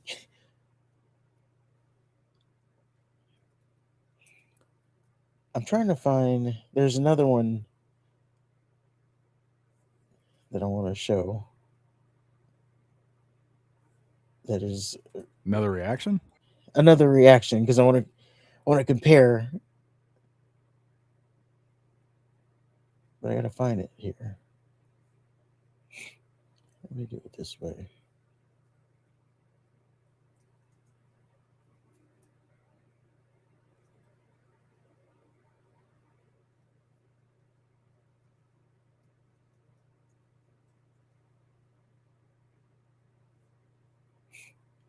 Two seconds here. Okay, here we go. So this is not his reaction. This is just another person reacting. But I want to show you at the top of the top of the reaction game. This is what he's up against. This is the comparison that we got to go against here. So underneath his, I'm going to drop another link here. So play that one. And this is look at this genuine. This is genuine right here. This is the top level reaction. To that cage door with Cody. The silence in between is the commercials. Charles Robinson has Something happening. Yep. Yep. Yep. Who is this? Yep. You know who it is. You know who it is. Yeah. You know who it is. You know who it was. At least they put effort into it. Oh, it's gonna get better. Fingers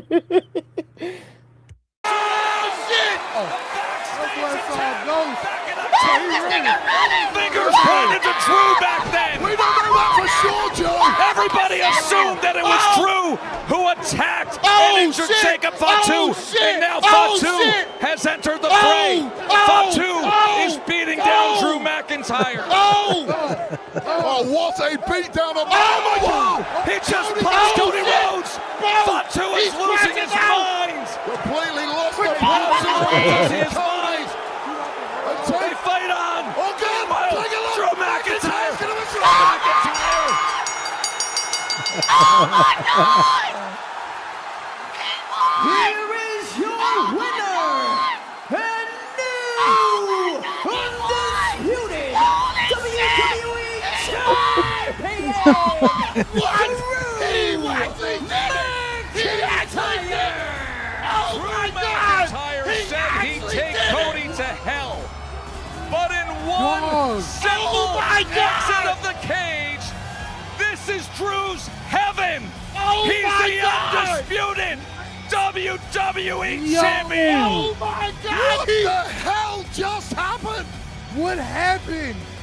World Championship Can you imagine number 4 like, for McIntyre. what your voice is after after sitting through a 3-hour show having to be that hype? Yeah, A+ for that one. Yeah, like if that one doesn't make it to TV, I don't know what you got to do. But yeah, that's what Brock Lesnar's shirt guy's up against. It's just stuff like that. Well, if that's the case, he better quit now. He didn't have anywhere near close energy. No, he didn't even try. But again, it was his first it's his first week on the job of faking it, so it'll get better, maybe. But that's our 1 week report on the Brock Lesnar shirt guy. And we will keep you updated on that. Maybe not.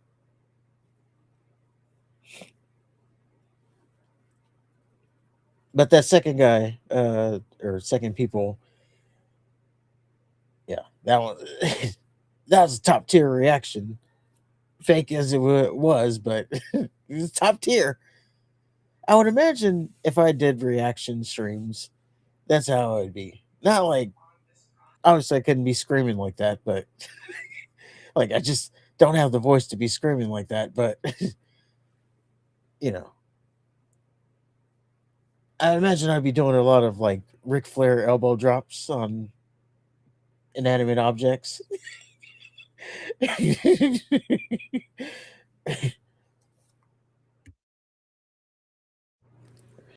But yeah, there's that. And then we move into our last story, or not our last non-story. as I sneeze. Hold on, I got another one coming.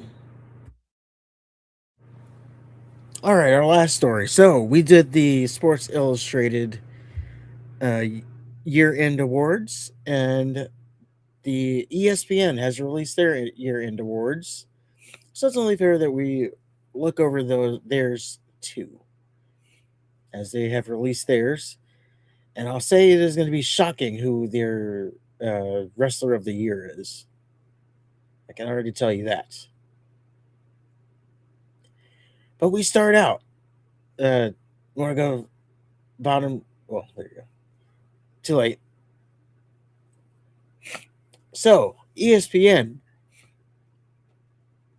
wrestler of the year is none other than Mysterio. Dominic Mysterio wins men's wrestler of the year.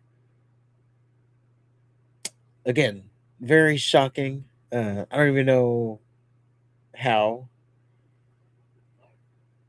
I'm not saying it's a bad Probably choice. the only I'm name just- that they can think of. maybe. Like, I'm not saying it's a bad choice. I'm saying if you're gonna, I don't know. I think you have to. One of the criteria is you have to win the world title. I think. Like, you get, how can you be the wrestler of the year if you don't even win the biggest title that the company has to offer? Because he got one of the loudest crowd pops at WrestleMania. That's true, and that's their. Yeah, they read a little blurb here, so let's see what they say. At WrestleMania 41 in April, Mysterio got one of the loudest pops on the show during his Intercontinental match win, but something else happened that weekend that would influence the young star's future. WWE purchased Triple I, and Mysterio would go on to lead the brand into the future. Worlds Collide, he beat Vikingo in front of a raucous crowd. That, in a nutshell, is Dominic Mysterio. So, and he's carrying on Eddie Guerrero and Rey Mysterio's legacies. So I guess they're giving him. Okay, well there you go. They're He just won. giving it to He him. did. Well, he did win. Like I said, you got to win the world title. I guess he did for AAA. So I guess that does check off the criteria that I said. So Is it there a you go. world title if nobody knows about it?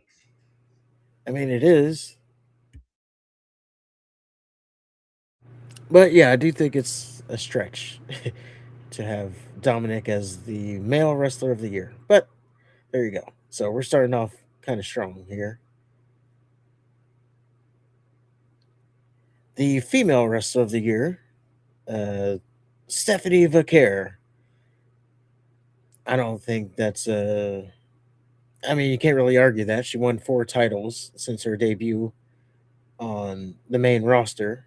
So, yeah. I don't see how you can say otherwise. I would vote for Alba Fire. Oh, yeah, she had a good year.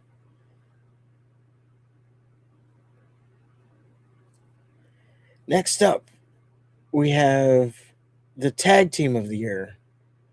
And they also agree with Sports Illustrated, and it is FTR. I can't really say either about that either. But what I do know is, I wonder how many votes Pretty Deadly got. well, they weren't a tag team last year. I thought they were. Yeah, they were. No, dude's been out. Remember Neck Fusion? He wasn't out all last year. Yes, he was. All of last year. I don't know. It seems like, I mean, you got to have a certain number of matches, and I know they didn't meet that.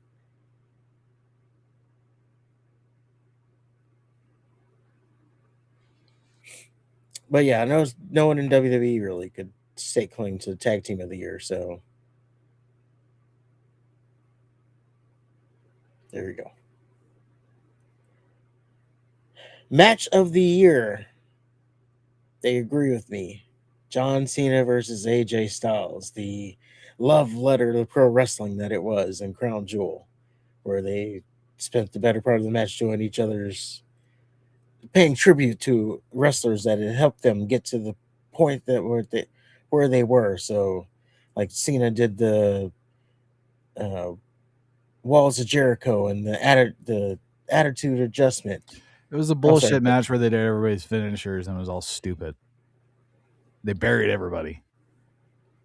Well, there you go. And they won match of the year. So It was the most overrated match of the fucking year.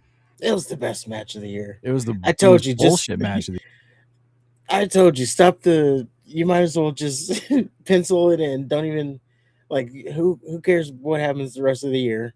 That's the match of the year. Well, ESPN's wrong. Well, they know what's up. You're wrong too. Only us real wrestling fans know. Only that match, by the way. Give me that Maxine Dupree Ivy Now match any day of the week. Oh, that was this year. I'm sure they had a match last year too.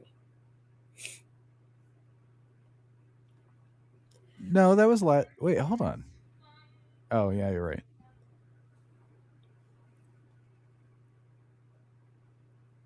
Well, no, sorry, that was last year. Oh, Or so was yeah, that was the match of the year. There you go. Our debut wrestler of the year, again, Stephanie Vaquer, says she's now taken home 2 awards. Yeah,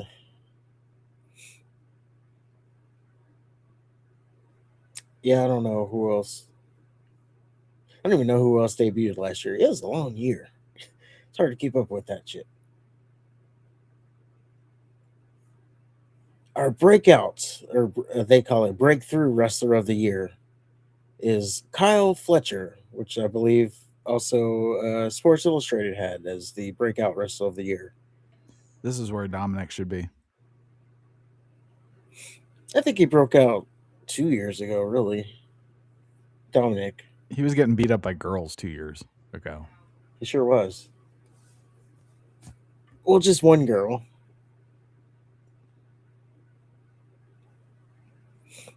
But yes, they have Kyle Fletcher. And again, that's in agreement with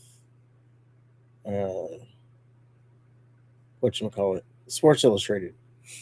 And let's not look over the fact that they have picked a AEW person here. So everybody who's talking about, oh, they're in bed with WWE, so it's going to win all the awards. Oh, there you go. The best event of the year went to AEW's Revolution. This one, I believe this is where Paige won the title.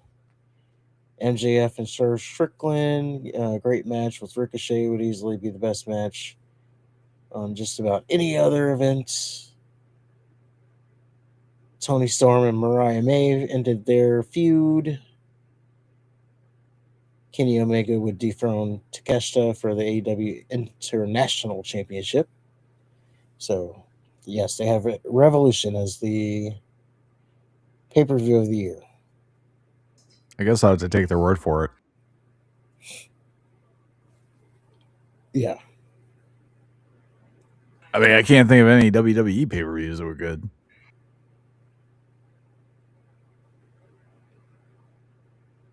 Yeah. At least they didn't put the women's one, Evolution.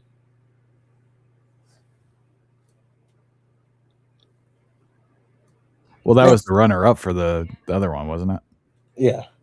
That's what I'm saying. At least it wasn't there. Best storyline went to Tony Storm and Mariah May. Talked about that before it blew off at the Revolution pay-per-view.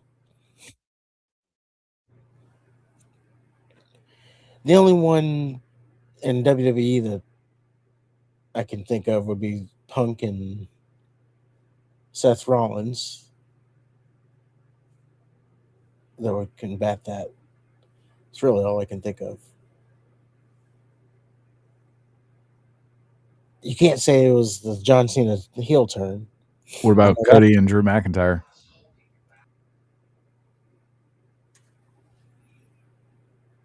I didn't like that overall.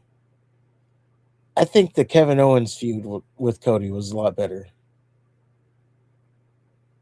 I thought that was fucking lame too. What do you mean? He had the Winged Eagle title. He's carrying it around. He did the package pile driver. So yeah, they did the package pile driver, and Cody kicked out of it. Did he? Pretty sure he did. No, it's initially what took him out. The package pile driver. Yeah, and then they had their match. I thought he kicked out of it. Maybe he did. I don't know.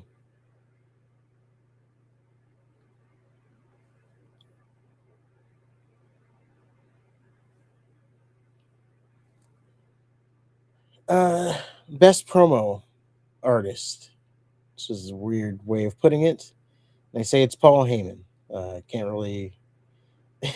How can you argue with that? Paul Heyman is always a great promo. Oh, and that's it. That was the Yeah, end of the. Can't think of a better promo. Other thing that I don't know, that feels like, when they give offensive linemen Pro Bowl spots. Yeah. It's like, oh well, I know who you are.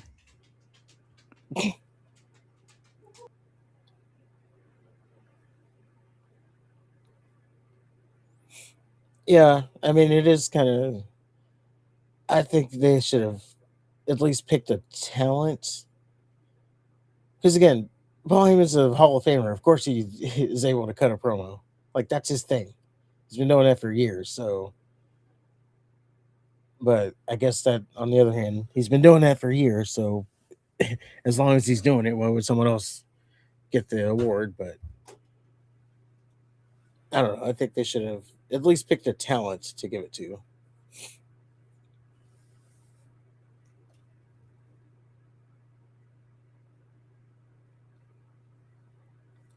But yes, there's the ESPN version of the awards.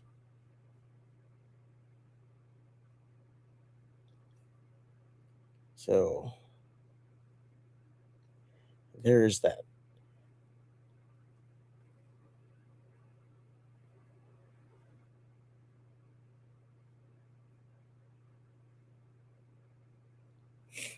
All right, so now we can get into our actual stories that are going to be clips here.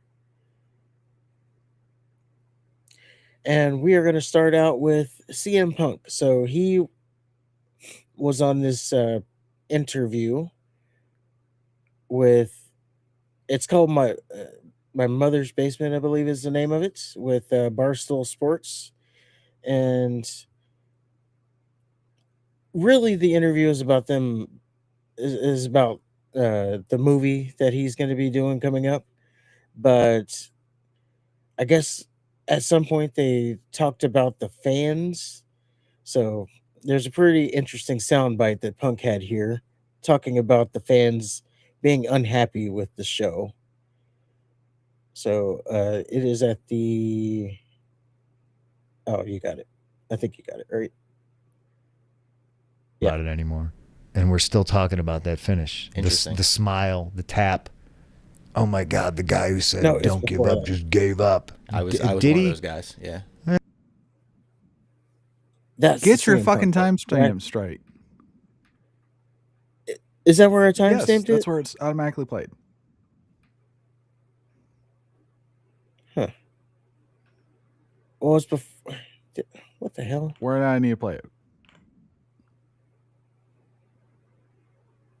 12 minutes, 13 minutes, 5 minutes. What timestamp do you have there? Oh my God. It opened at. Or maybe I read. God damn it. Now I don't have it then. I can hear it. It was a little bit before that. So just go a little bit before where we were. I have to see it. It's a Dracula movie. We have to go. And she was like, this is going to stink. And I was like, okay, go to the. Now, this is the timestamp that they provided. So this is not on me, by the way. So go to the 26 minute mark. We're just going to start there. 26 minutes. Collab for a Thing 2. Oh. And I don't know if I'm making that up or you if I'm plead just the fifth kinda... on the Thing reboot as well? Yes. Do you like any horror reboots? Are there any big reboots that you're like, they nailed it? Did you watch Stranger Things? Yes. I was a big fan of Stranger Things. We You're covered a big it on my fan. show, yeah. Okay. Did you like the finale? I actually did. I did. I was very satisfied. Interesting. I don't know if this is just like a stan culture thing or if I've just like aged out of I certainly don't understand. I see it in wrestling. I see it with fandoms with like Stranger Things and all that stuff. Like people just seem to want to be angry about everything because it didn't happen the way they fantasy booked it in their head. And I don't. To me, that's a slight mental illness. Oh, brother, you're preaching to the choir on this. Like, hey, I bought tickets to go to this wrestling show, and then I look on Twitter, and wrestling journalist 3, 4, 5, 6, 7, 8, 9, 10 reports that there's going to be a big surprise guest, and I go to this show, and there's no big surprise guest. And I spend an unhealthy amount of time complaining about that online. And it's just like, well, you weren't promised a big surprise guest. Somebody that probably knows less about what they're talking about than you do and is just a fan just like you, made some shit up on the internet and passed it off as a journalism. And you're getting mad at that. Like, I see the same thing with the Stranger Things fandom. It's crazy right now. People just straight up mad about the way it ended, and I thought the 45-minute epilogue, Yeah, we can cut it there because he gives a spoiler. I am still trying not to spoil the end of Stranger Things for people who haven't seen it. So, although right there he's talking about the will part, that's not it. But that's still a spoiler, I guess, if you haven't seen it. But yes, he's kind of alluding to Chris Jericho without saying the actual name Chris Jericho. That's what he's, if we're really talking about the heart of it, because so Raw, everybody got worked up thinking that Chris Jericho was going to show up to Raw, the Stranger Things debut, or the year 2 of Netflix. Everybody got worked up thinking that Chris Jericho was going to show up. Thinking something exciting was going to happen. Yes. Remember, we talked about that, expecting exciting things to happen. Yeah, if you listen to our show, don't get your hopes up. Whenever they're out there saying game, or what do they say? A new era. Whenever Triple H is talking about the show, just don't listen to him. It's basically what we get out there. But this one was a little bit different. This tease, if you will, because Adam Pearce himself, the general manager of Raw, he on his own social media said, we're going to see which one of these talents breaks the walls down, or who can break the walls down, something like that. So he himself, using that words, break the walls down, pretty much teased the fact that Chris Jericho was showing up. Yeah, I could see that. So Punk here saying, because he's not too far off on all instances, but this particular instance, they teased it and didn't deliver. Like, they brought it. Well, we didn't. Punk is saying that people are upset because things don't work out the way that they have in their head. They're upset because the stuff that they're invested in is shit, and there's no effort put in by the people that are supposed to be creative. And the people that are allegedly creative, they want to be protected and shielded from all negative criticism.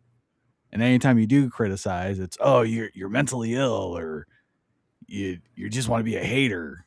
And no, we just want to watch something good. And he brings up Star Wars too. Like, he talks about how, I watched Empire Strike Back.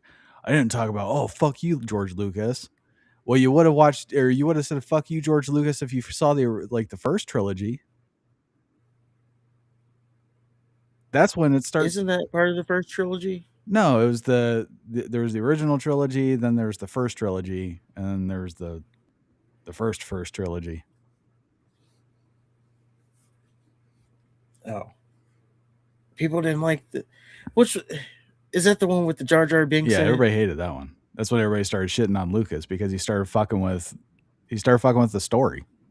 And that's the thing. When you start fucking with the lore and what people are getting invested in, and if you don't give a shit, then why are people that are watching it that we're going to give a shit?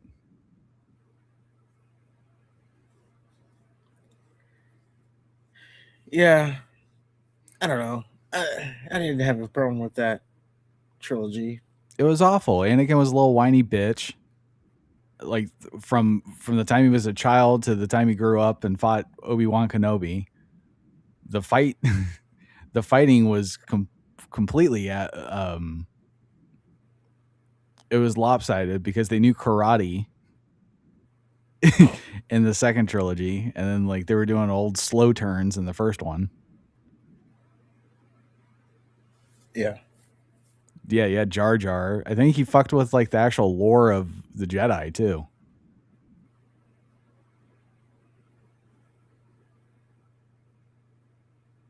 Well, I don't remember it that much, but I've only watched it all once. Like, I watched the whole thing through once. That was it. There's no like annual watching. There's no I've watched this 10 times. Nope. Once, and that's it. For my money, I'd say Mhm. Empire Strikes Back is the only one worth watching multiple times. There you go. But I was just going to say, he also mentioned something I can speak to, is he also mentioned that he watches multiple times Halloween 3, which is probably the worst one of the series, as it's the one that Michael Myers is not in. So, who's got the mental illness now? You like Halloween 3? No, Punk just likes to. I doubt he even. I doubt it. He just likes to say shit to be different. He does. But yes, you have a mental illness if you don't like the show. Now, the declining ratings. There's a lot of people with mental illnesses. Apparently, I guess. yeah. Don't put on a better product. It's the people that are watching's fault for not liking it. Yeah. And over the Christmas break, that show right before, not on Christmas Day, before Christmas, Raw was on like December the 22nd. That show got beat by a fireplace. Seriously? Okay. Yes. Yes. A fireplace screensaver beat out Raw. There you go. And yes, people were saying, "Oh, it's because Christmas was." Are that you week." serious? There's no fucking excuse for that. Yes. Yeah, that's what they were saying. People, it's Christmas that week. That's why. It's the Triple H era. Yeah, the declining ratings, but it's us with the mental illness. It's surely not the fact that we want a better show and you're just not giving it That's to what us. I'm saying. For some reason, something flipped with celebrities where they just think that they don't need to be criticized, and when you do, it's just you're evil. And instead of taking the feedback and running with it and trying to get better, I mean, obviously you can filter out what's bullshit and what's constructive.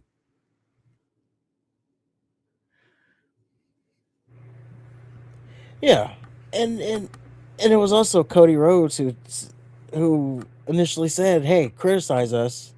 We want to hear it. 'Cause that's how we know what we need to improve on or change." No, they just want to hear And now how good they are. Yeah, and if you criticize, you got a mental illness. You're Can we sick. just talk about how much of a sellout Punk is? Yeah, he's a pretty big sellout now. Comes with age, I guess. I mean, you don't have to be against the establishment now because he's made it. So yes, he did sell out, but it's because he could. I don't think he was ever. No one wants to go against the establishment when you can be in the establishment. Yeah, but he was so proud of it. Yeah, it was his badge of honor, but he might as well just start drinking now. Seriously. He might as well give up. Just fucking have a beer.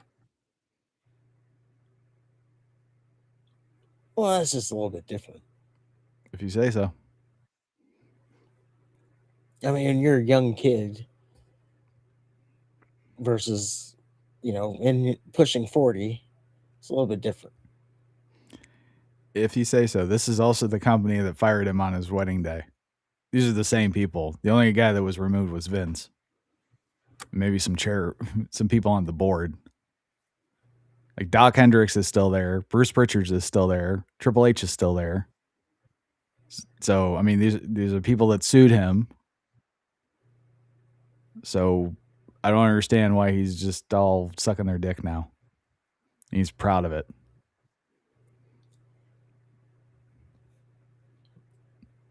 Because he got what he wanted, which is to be the top guy. He gets his ass kissed in the locker room. That's what it is. Yeah. But yes, there you go. There you have it. That's what Punk said. So again, you have a mental illness if you don't like Raw or SmackDown. If you have criticism of the show, you got a mental illness. And that's what we're going to put in the title too.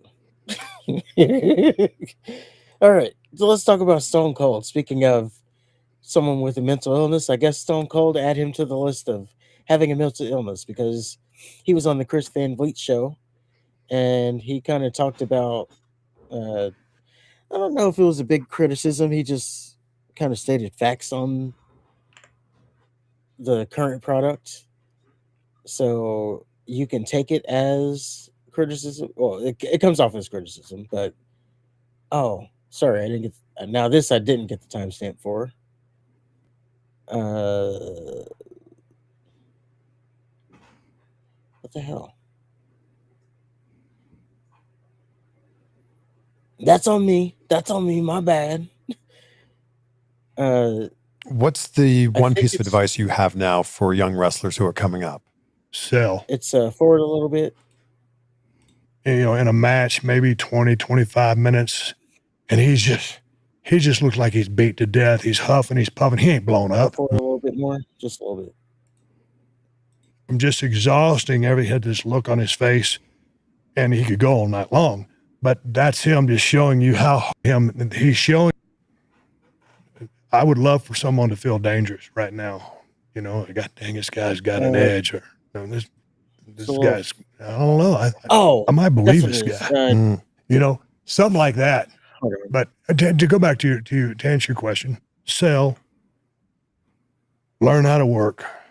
Learn how to work. Don't learn how to act. I think there's a difference between working and acting. Do you think there's a big difference between the WWE we see now and what we saw in the late 90s? Well, definitely. Okay, yeah. Definitely. It's very slick, and it's production, it's a more aesthetic business than it's ever been. And, these men and women are in this era that they're in, and I respect that. I understand that. As I think I was talking to you earlier, I think Triple H was a guy who said it. Everybody thinks that their generation was the best, and like I told you, I think a few generations before me were the best. I mentioned some territories. I like that dangerous feel. I like when God dang UWF or Power Pro, it was Bill Watts promotion, would be going off the air and everything was Katie bar the doors, chaos, and Jim Ross is screaming at the top of his lungs, God dang, I don't know what's going on. They'd go off hot. And so I think, you know, there's so much, the shows are so formatted now. They stick to the same format. Hey man, have about 6 formats that you could go to, you know, and rotate those. Like come in hot, leave hot, come in with your standard thing. Hey, guy cuts a promo, it sets the tone of the show, whatever. And I'm, you know, I digress. I'm not trying to, you know, I don't want to say I'm disenchanted with anything because I'm not, because I don't watch enough. But to go back to your question, just learn how to sell, learn how to work, and, you know, every now and then have a flaw. Everything's so perfect these days. Yeah, what do you mean by be dangerous? I mean, god dang. Okay. You know. So yeah, the part that we're taking out here is that Stone Cold said that the show is so, it follows such a format, which we call out all the time. Guy comes out, he cuts a little promo that sets up the main event. It's cookie cutter. Or whoever, yes, whoever interrupts, that sets up the main event. And then, yeah, it's just match. United States titles, open challenge is going to be your banger match. And women's match here, maybe 1 or 2. Yes, it's cookie cutter. And that's how, so he's saying here, you know, change it up. You can go to that. You can have that on deck, but do something different every once in a while. And then maybe the show will be a little bit better. But, you know, according to Punk, we got mental illness for even thinking that. Of course. How could you even think to have a different show format? Like we're all on the short bus for thinking those things. It's going to happen. There's going to be one person that just goes against the grain and they're going to get super over. They're either going to squash him like they did with Zack Ryder, or he's going to be the most sensational thing ever. Well, a lot of people say that's LA Knight right now. They didn't want him to get over. He got over on his own. So that's why he is where he is.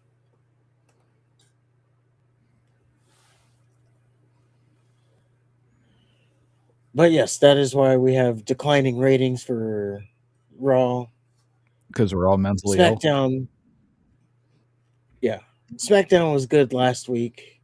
This week, kind of studied off. But again, I said they had to build the new guys. Like, You think SmackDown was good last week? I did. Okay.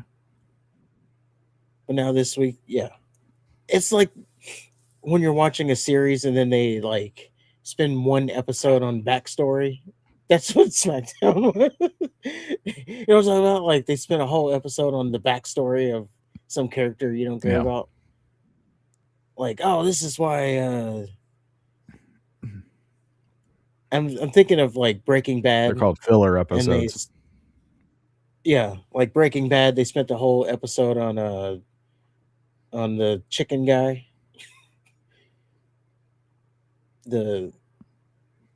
What was his name? Gus. The owner of the chicken place. Yeah. Like they spent the whole episode showing how he became who he was. It's like, that's great, but I don't care. How do you not care? Gus was the best fucking character in the whole show. Oh, I did care, but that's just the one example I have.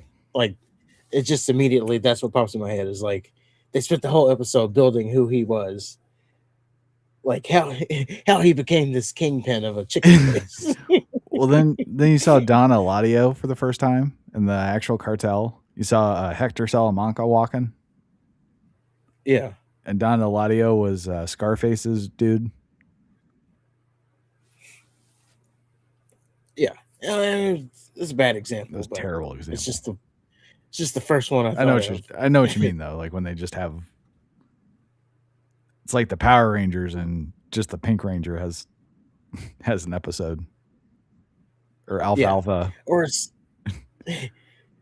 Or another example here is like when they do Dragon Ball Z and they spend one episode, well, multiple episodes preparing for the fight, and then they spend that one episode where it's just like they're powering up for the entire episode. Like the entire episode is a power up. I just remember Goku was in that anti-gravity thing forever. Yeah, like Goku's going Super Saiyan. I watched one. I don't know the name of the person he was fighting, but Goku was basically going Super Saiyan, and he's leveling up. And it's like it wasn't Majin Buu. It was like a purple fox-looking thing with ears. And he's literally just like waiting until Goku got to his power, and he was just like, yeah, he's just like watching it pretty essentially. And this was the whole episode. Did he absorb it? No, he wanted Goku at his most powerful so he could have a challenge. Okay. I forgot the damn thing's name. Hold on, I'm gonna look it up real quick. It wasn't Frieza, was it? No. It's a newer character. Oh, Beerus. Beerus. Beerus. I don't know that one. Yeah, so this Beerus thing came to find its best. Like apparently he's some big warrior, and he came all the way here to find his best challenge, which was then Goku. But he needed Goku to level up to the most powerful he can be, so that it could be an even fight. So he literally just waited until Goku powered up, and that was like the whole episode was Goku powering up. Well, that's Dragon Ball Z for you. Yeah, like he's reaching Super Saiyan level 4. Were the people in the background narrating? Pretty much. Standing by the mountain. Well, they had to tell you where, like, he's at Super Saiyan 3 now. Like, because we don't know what's happening, so they got to tell us. Yeah, true.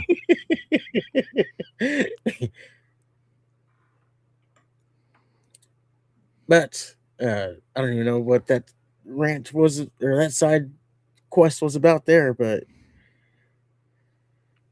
yes, it all boils down to, again, we have a mental illness because we have a problem with the show.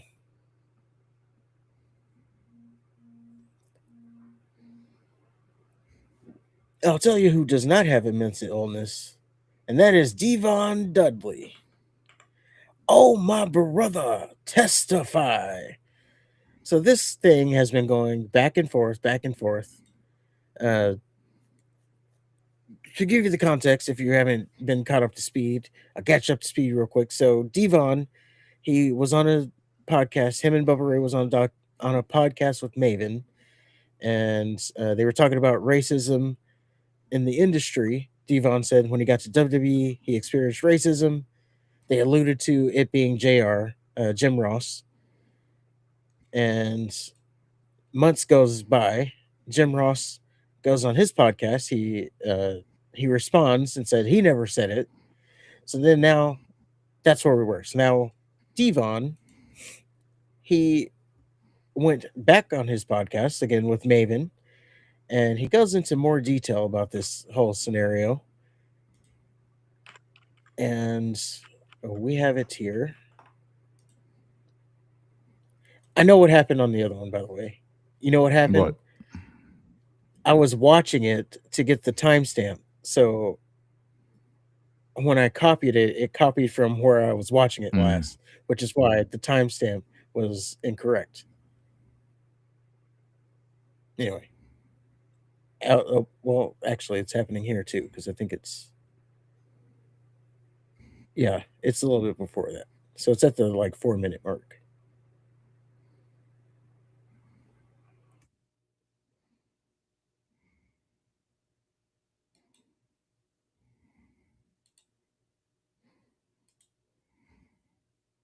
And Bubba and said it. So again, I'll go back. It was at the WWE restaurant, the grand opening of it. We were mingling with some of the guests. Again, he came.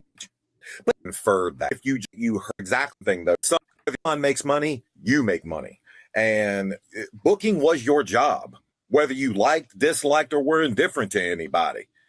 I just think that we're 20 years out, and you stated something that puts him in a bad light. I will call you out on one thing though, Devon. And I don't remember exactly what you said from our podcast, but I don't remember if you said that you heard JR say, I don't like you because of the color of your skin, or if you just inferred that. I always was under the impression that you just inferred that. And so you can correct me on that. But that was the running, all the brothers knew that backstage. Yeah, pretty much. And Maven, the thing about it also is, he came to me and Bubba and said it. So, again, I'll go back. It was at the WWE restaurant, the grand opening of it. We were mingling with some of the guests that were there. A lot of them were artists, musical artists, things like that. And there were some actors and actresses that were there. WWE really, rolled out the red carpet for this event. Oh, I remember the drill. Yeah, it was huge. And I remember being upstairs, and Bubba was like, let's go downstairs and see what's going on down there. So we went downstairs, and as we're downstairs, we're looking around, and it was like another private room downstairs in the basement of the restaurant. And it was kind of like there were so many people upstairs. We were just like, all right, let's just chill down here for a second, which is what we did. Here comes JR. JR comes down, and we're like, JR, how you doing? Hey, JR. Boys, how you guys doing? I'm like, good, JR. Me and Bubba was like, good. He was like, hey, you know what, boys? You guys are fitting in really good here. And I was like, oh, cool. Like, all right. Yeah, you boys are doing really good. And this and that. I like you boys. I like you boys a lot. Devon, I'm not too sure. The verdict's still out on him. And I'm not too sure how I particularly feel about this. And I'm saying to myself, what does he mean by that? And JR says, again, the verdict's not out yet, but I'm still a little hesitant with Devon. And Bubba knew what he was getting at. So Bubba butts in and goes, you know something, JR? Regardless to what, Devon's a hard worker. He never gives this company any problems. We go in there and do our business, and that's it. Devon's a good guy. He takes care of his family. He does everything he's supposed to do as an individual.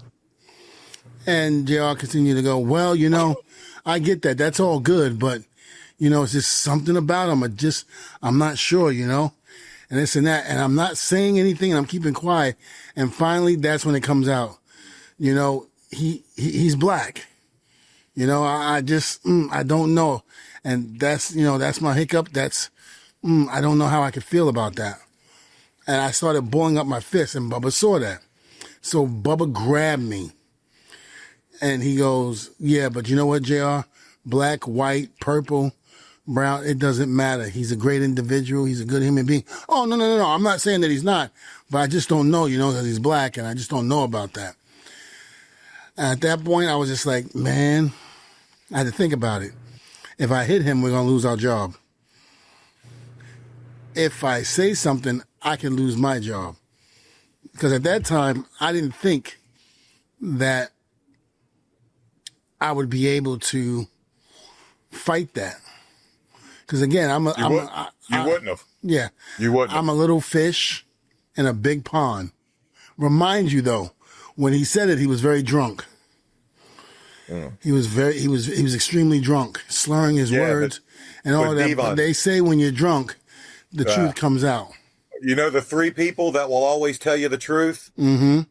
Little kids, angry people, and drunk people. Yeah. They'll always tell you how they feel. Yep. And then the other incident, like I said, was in Indianapolis. Hold on. Let's pause it for a second here. So he has another story here. But so far, you have any any interjections, any thoughts? I don't know why he's telling this story with those goddamn sunglasses on indoors. I don't know. Maybe that's a shtick. I don't know. Like maybe the ring lights or the box lights, because this is a well lit area. Like this is well lit where he's sitting right now. So maybe he's maybe those lights fuck with him. So JR said some drunk shit. Yeah, you can see. Look at the title up in the top right. The whatever that title is, ECW, probably tag title because it's Devon. You see that circle? Yeah. That's a light. So that's the reflection of the light. So that big ass light, there's probably two I of didn't them. see Maven wearing sunglasses. He's not in the same room. No, but I would imagine he has the same type of equipment. Yeah, but you know, when I used to, back in my old job, there's this bitch. Sorry, that was a little harsh. There was this girl who had to wear sunglasses because the lights gave her migraines. Oh, I hate those people. I hate those people with a passion. You don't know. They walk, This is probably and it's always legit. the biggest, most obnoxious sunglasses too. Yeah, like super thick, and they're like all sides are covered and the top's covered. Yeah. Like you can't see nothing. They're like goggles, but Just sunglasses. stay home. What are you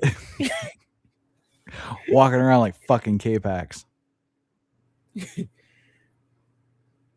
But yeah, that could be Devon. It did take a lot of chair shots. Them lights can be fucking with him, but he still got to do the show. I don't know. I just automatically don't trust people that wear sunglasses indoors.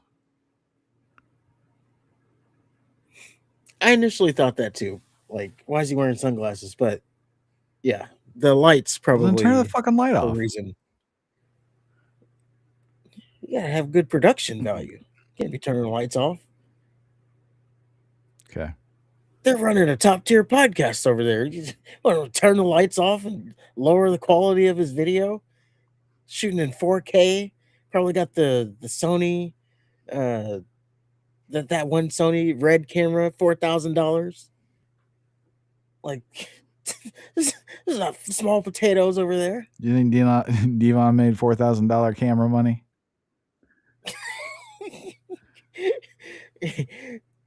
I do. Well, I don't know that, but I know he's got a team behind him. You think he's sitting there down like a geek editing videos?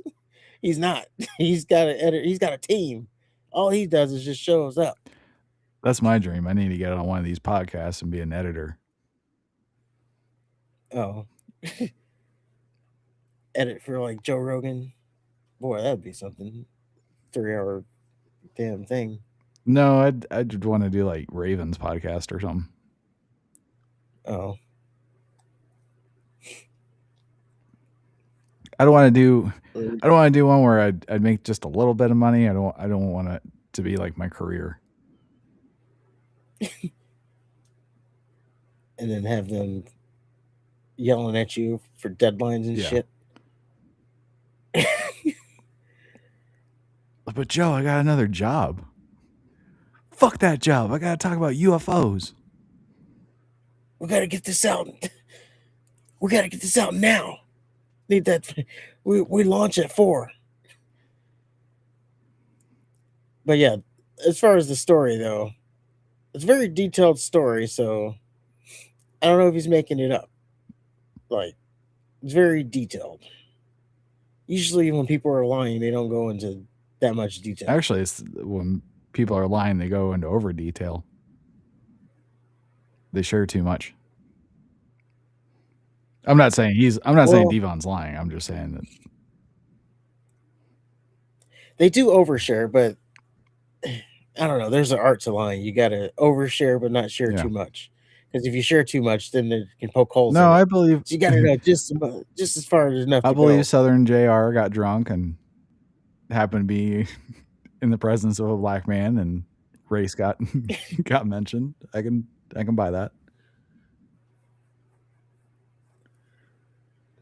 All right. Well, he has a second story here. This one is not as long, so we can go ahead and run this story. Where myself, Dreamer, Bubba, Heyman, and Spike were sitting at the table, and we had gotten there a little early. You know, we got there. We had to be there by 1, so it had to be about 1:30, maybe 2 o'clock. And I think JR just came in the catering. He just got out of the meeting. And he comes over, he says hello to everybody but me. I remember you telling me this. Yep. And Paul Heyman, you know, I don't know if Paulie, you know Paul and how Paul is. Paul is just, because me and Paul had a great relationship. Paul Heyman basically discovered me, gave me my job in ECW, and made me who I am today.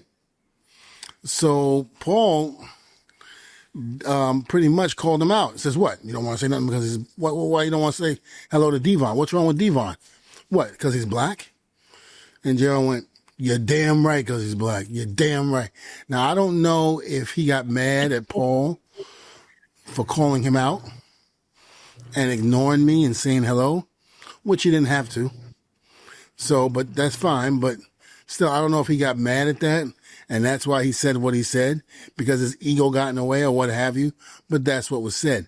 Now, listen, it's all about, people want to say it's all about the race card. No one's pulling the race card here. The question was asked, had I ever experienced racism in the WWE? When Bubba asked me, he said, had you experienced it while we were together? And I told him, not in ECW. ECW, we were a family. ECW, it was well known that we were a family. Why is he breathing so goddamn hard? I don't know. But we could also stop it here because I don't think that's relevant. So there's a second story. Now, I do find it kind of funny that in both stories it was someone else bringing up the black thing. Like his first story, it was Bubba Ray. It was like, "Oh, it's because he's black." Or no, he didn't say that. But the first story, Bubba Ray caught on to it before he did, which is, I don't know. That usually doesn't happen. We'll just say that. Usually it's the black guy who catches it first. It depends. Sometimes you get the overly sensitive white savior complex having a person that, oh, what? Get offended on behalf of the minority. Yeah, and I like how he threw in there, oh, Bubba, he knew what was going on, so he jumped in. Hey, this guy, I know what you're getting at, but he's a good one, okay? He takes care of his kids. He's present, okay? He pays his bills. Uses right-left turn signal. Yeah, he's never robbed a bank that I know of. He's got kids and they got like normal names. Okay? There's no Jaquan. I can spell them. Yeah. Like, thank you, Bubba. That helped me a lot. But and then the second story, then Paul Heyman jumps in. Oh, you didn't say hi because he's black? Well, like that's a big jump to make. Just like it, I don't know. First, you would say, "Oh, you don't like him" or something. I don't know. You wouldn't immediately jump to, "Oh, is it because he's black?" You said you didn't say hi. Well, the second one is a little less damning to me because clearly JR in this JR was put on the spot And he said, "You're damn right." So I can see him saying it in defiance. Yeah. Yeah, that could be. Which, And to then his credit, partial Devon and- did say that was a possibility. Yeah, just like the never mind. That's not relevant. We don't need to talk about it. So yeah, there's Devon's side of the story. Now JR, he was actually live with his Grilling with JR podcast. I don't know if they always go live or if they just so happen to be live this time. But this was a day after Devon released this video. So as you can imagine, the comments were flooded with, "Hey, what do you think about the Devon? Like, did you see what Devon said? What do you think about the Devon thing?" So JR did respond. Let me see if I got the timestamp. I guess it's a crapshoot tonight, if I got it or Maybe not. you should write them down. I do. No, like I listened to it and then I put it in the doc. But I don't know why it didn't. I guess I don't know. It's hard to do timestamps. That's why I stopped doing them on our podcast. Write Anyway, them down. I don't have. Okay, I listen in the car when I'm doing this because I'm door dashing all day. Anyway, I could. It's a.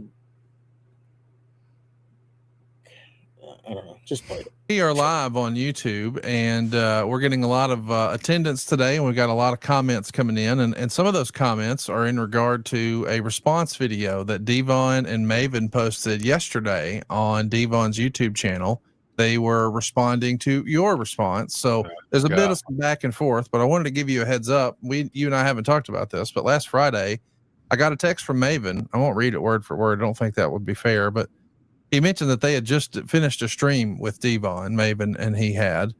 And he said, I asked him, if Conrad asked JR, would you do a video with him to clear the air? And he said, yes.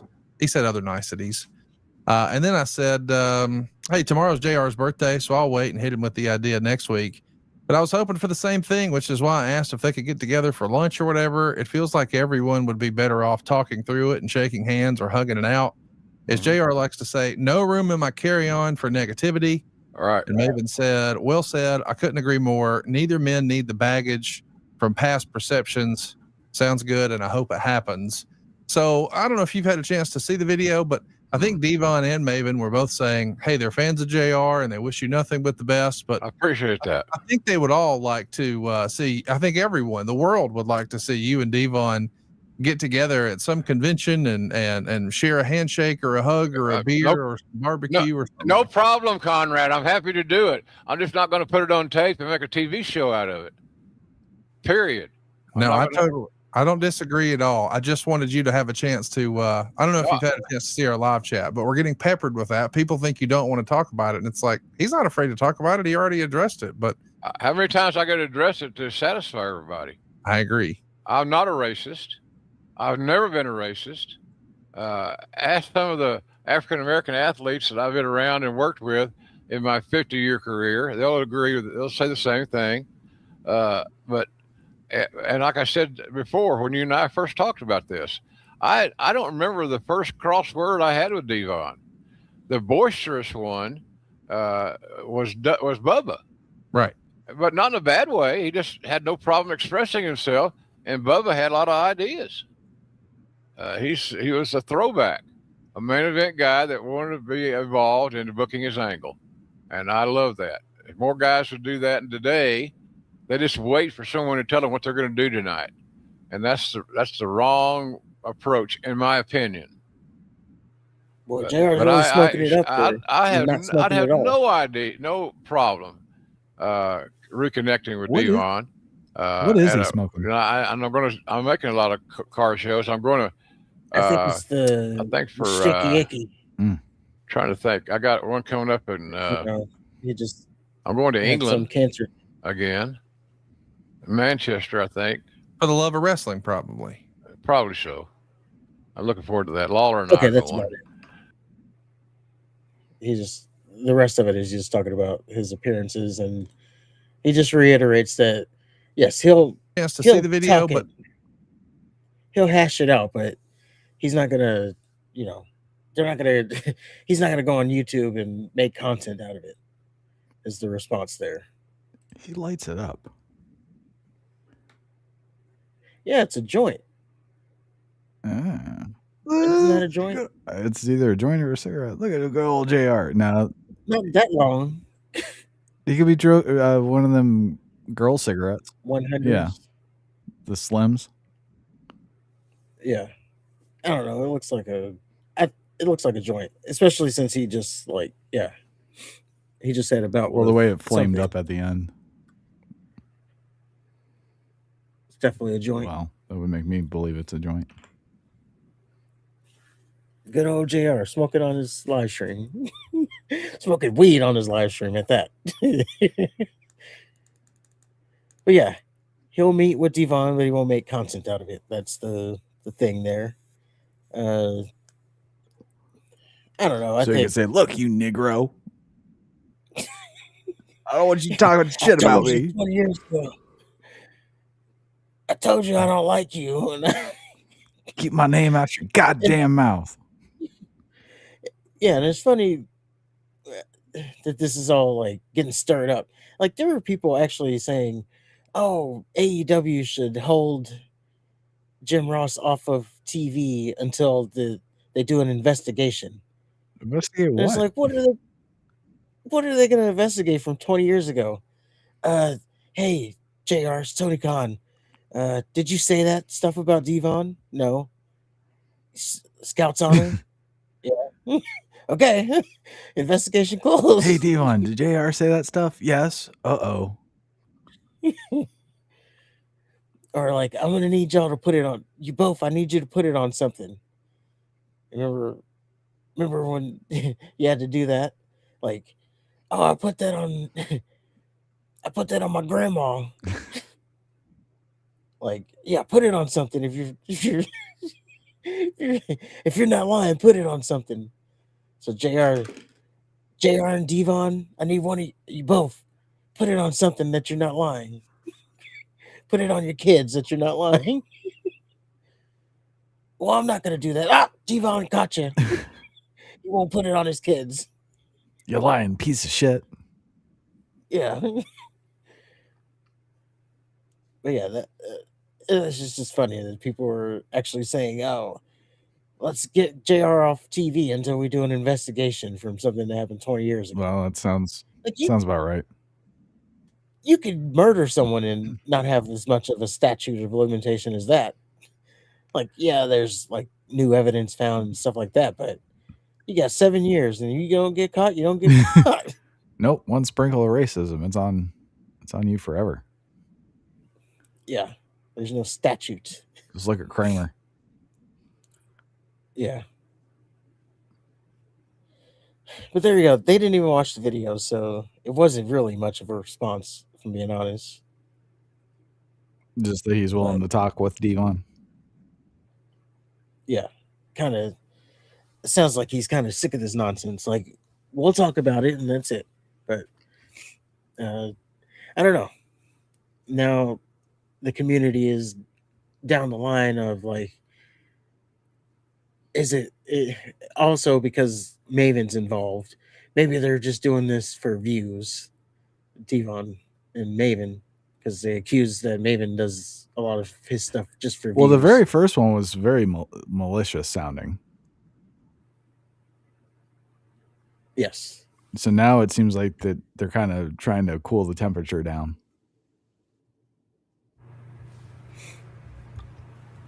Yeah, and I always think like I can more understand it from Devon, but again, this is a 20-year-old story. How do you remember that much detail? Right. Like, how's he supposed to remember what he told Devon 20 years ago in the bottom of a basement of a Hard Rock hotel, WWE While thing? drunk. Yeah. I don't know. I'd have to hear the context. Like, was he trying to be funny? I hear the nuance of how he said it too. Yeah, because that's important. That might not make it any better. It might be one of those things where he's trying to be funny and he ends up putting his foot in his mouth. We tend to do that. Oh, let's go ahead and do this racial joke. Yeah, to the race. Just have bombed. Who knows? Yeah, but I'm sure this will probably be the last time we have to talk about it, unless something else. I would say unless like someone else, because he did mention other names. So like, if someone corroborates the story, then it'll be something to talk about. But aside from that, I don't think it's anything we'll have to revisit. Thank God. And yeah, maybe they, like he said, maybe they'll hash it out, but they won't put it on. They won't make content of it, so we don't have to talk about it. Yeah, but he's gonna learn. He's gonna have to make content out of it so that people will believe it. JR's gonna have to They'll go probably- around apologizing. Yeah, they'll probably like, I don't know, if they do meet, they'll probably have some like Instagram post or something of them hugging it out or something, and think that clears the air. That's what some people do. Oh, I'll just show him and myself hugging, and that'll just straighten it all up. Like what was that name? Tessa Blanchard. She had a picture with her hugging the black chick that apparently she was making fun of, Mm-hmm. or whatever she did. Did that not work? I don't know. It's kind of been quiet since then, so maybe it did. Maybe it did. But yes, let us know what you think about all of it. Is Devon lying? Is JR lying? Is it just a misunderstanding? Let us know what you think. And I believe that is all we have here. So as always, I always say, hit the like button and hit the subscribe button on your way out. Let's check. We are at 75 views total for the stream. So we had a lot of people bouncing in and out. So that's always good. I think we got one watching right now. We got one watching right now. We had one like. There you go. Mission accomplished. But yes, hit more like buttons, hit more subscribe buttons. And is there anything else? Just have a good night. And survey says one more for the good guys. Totally forgot my line there.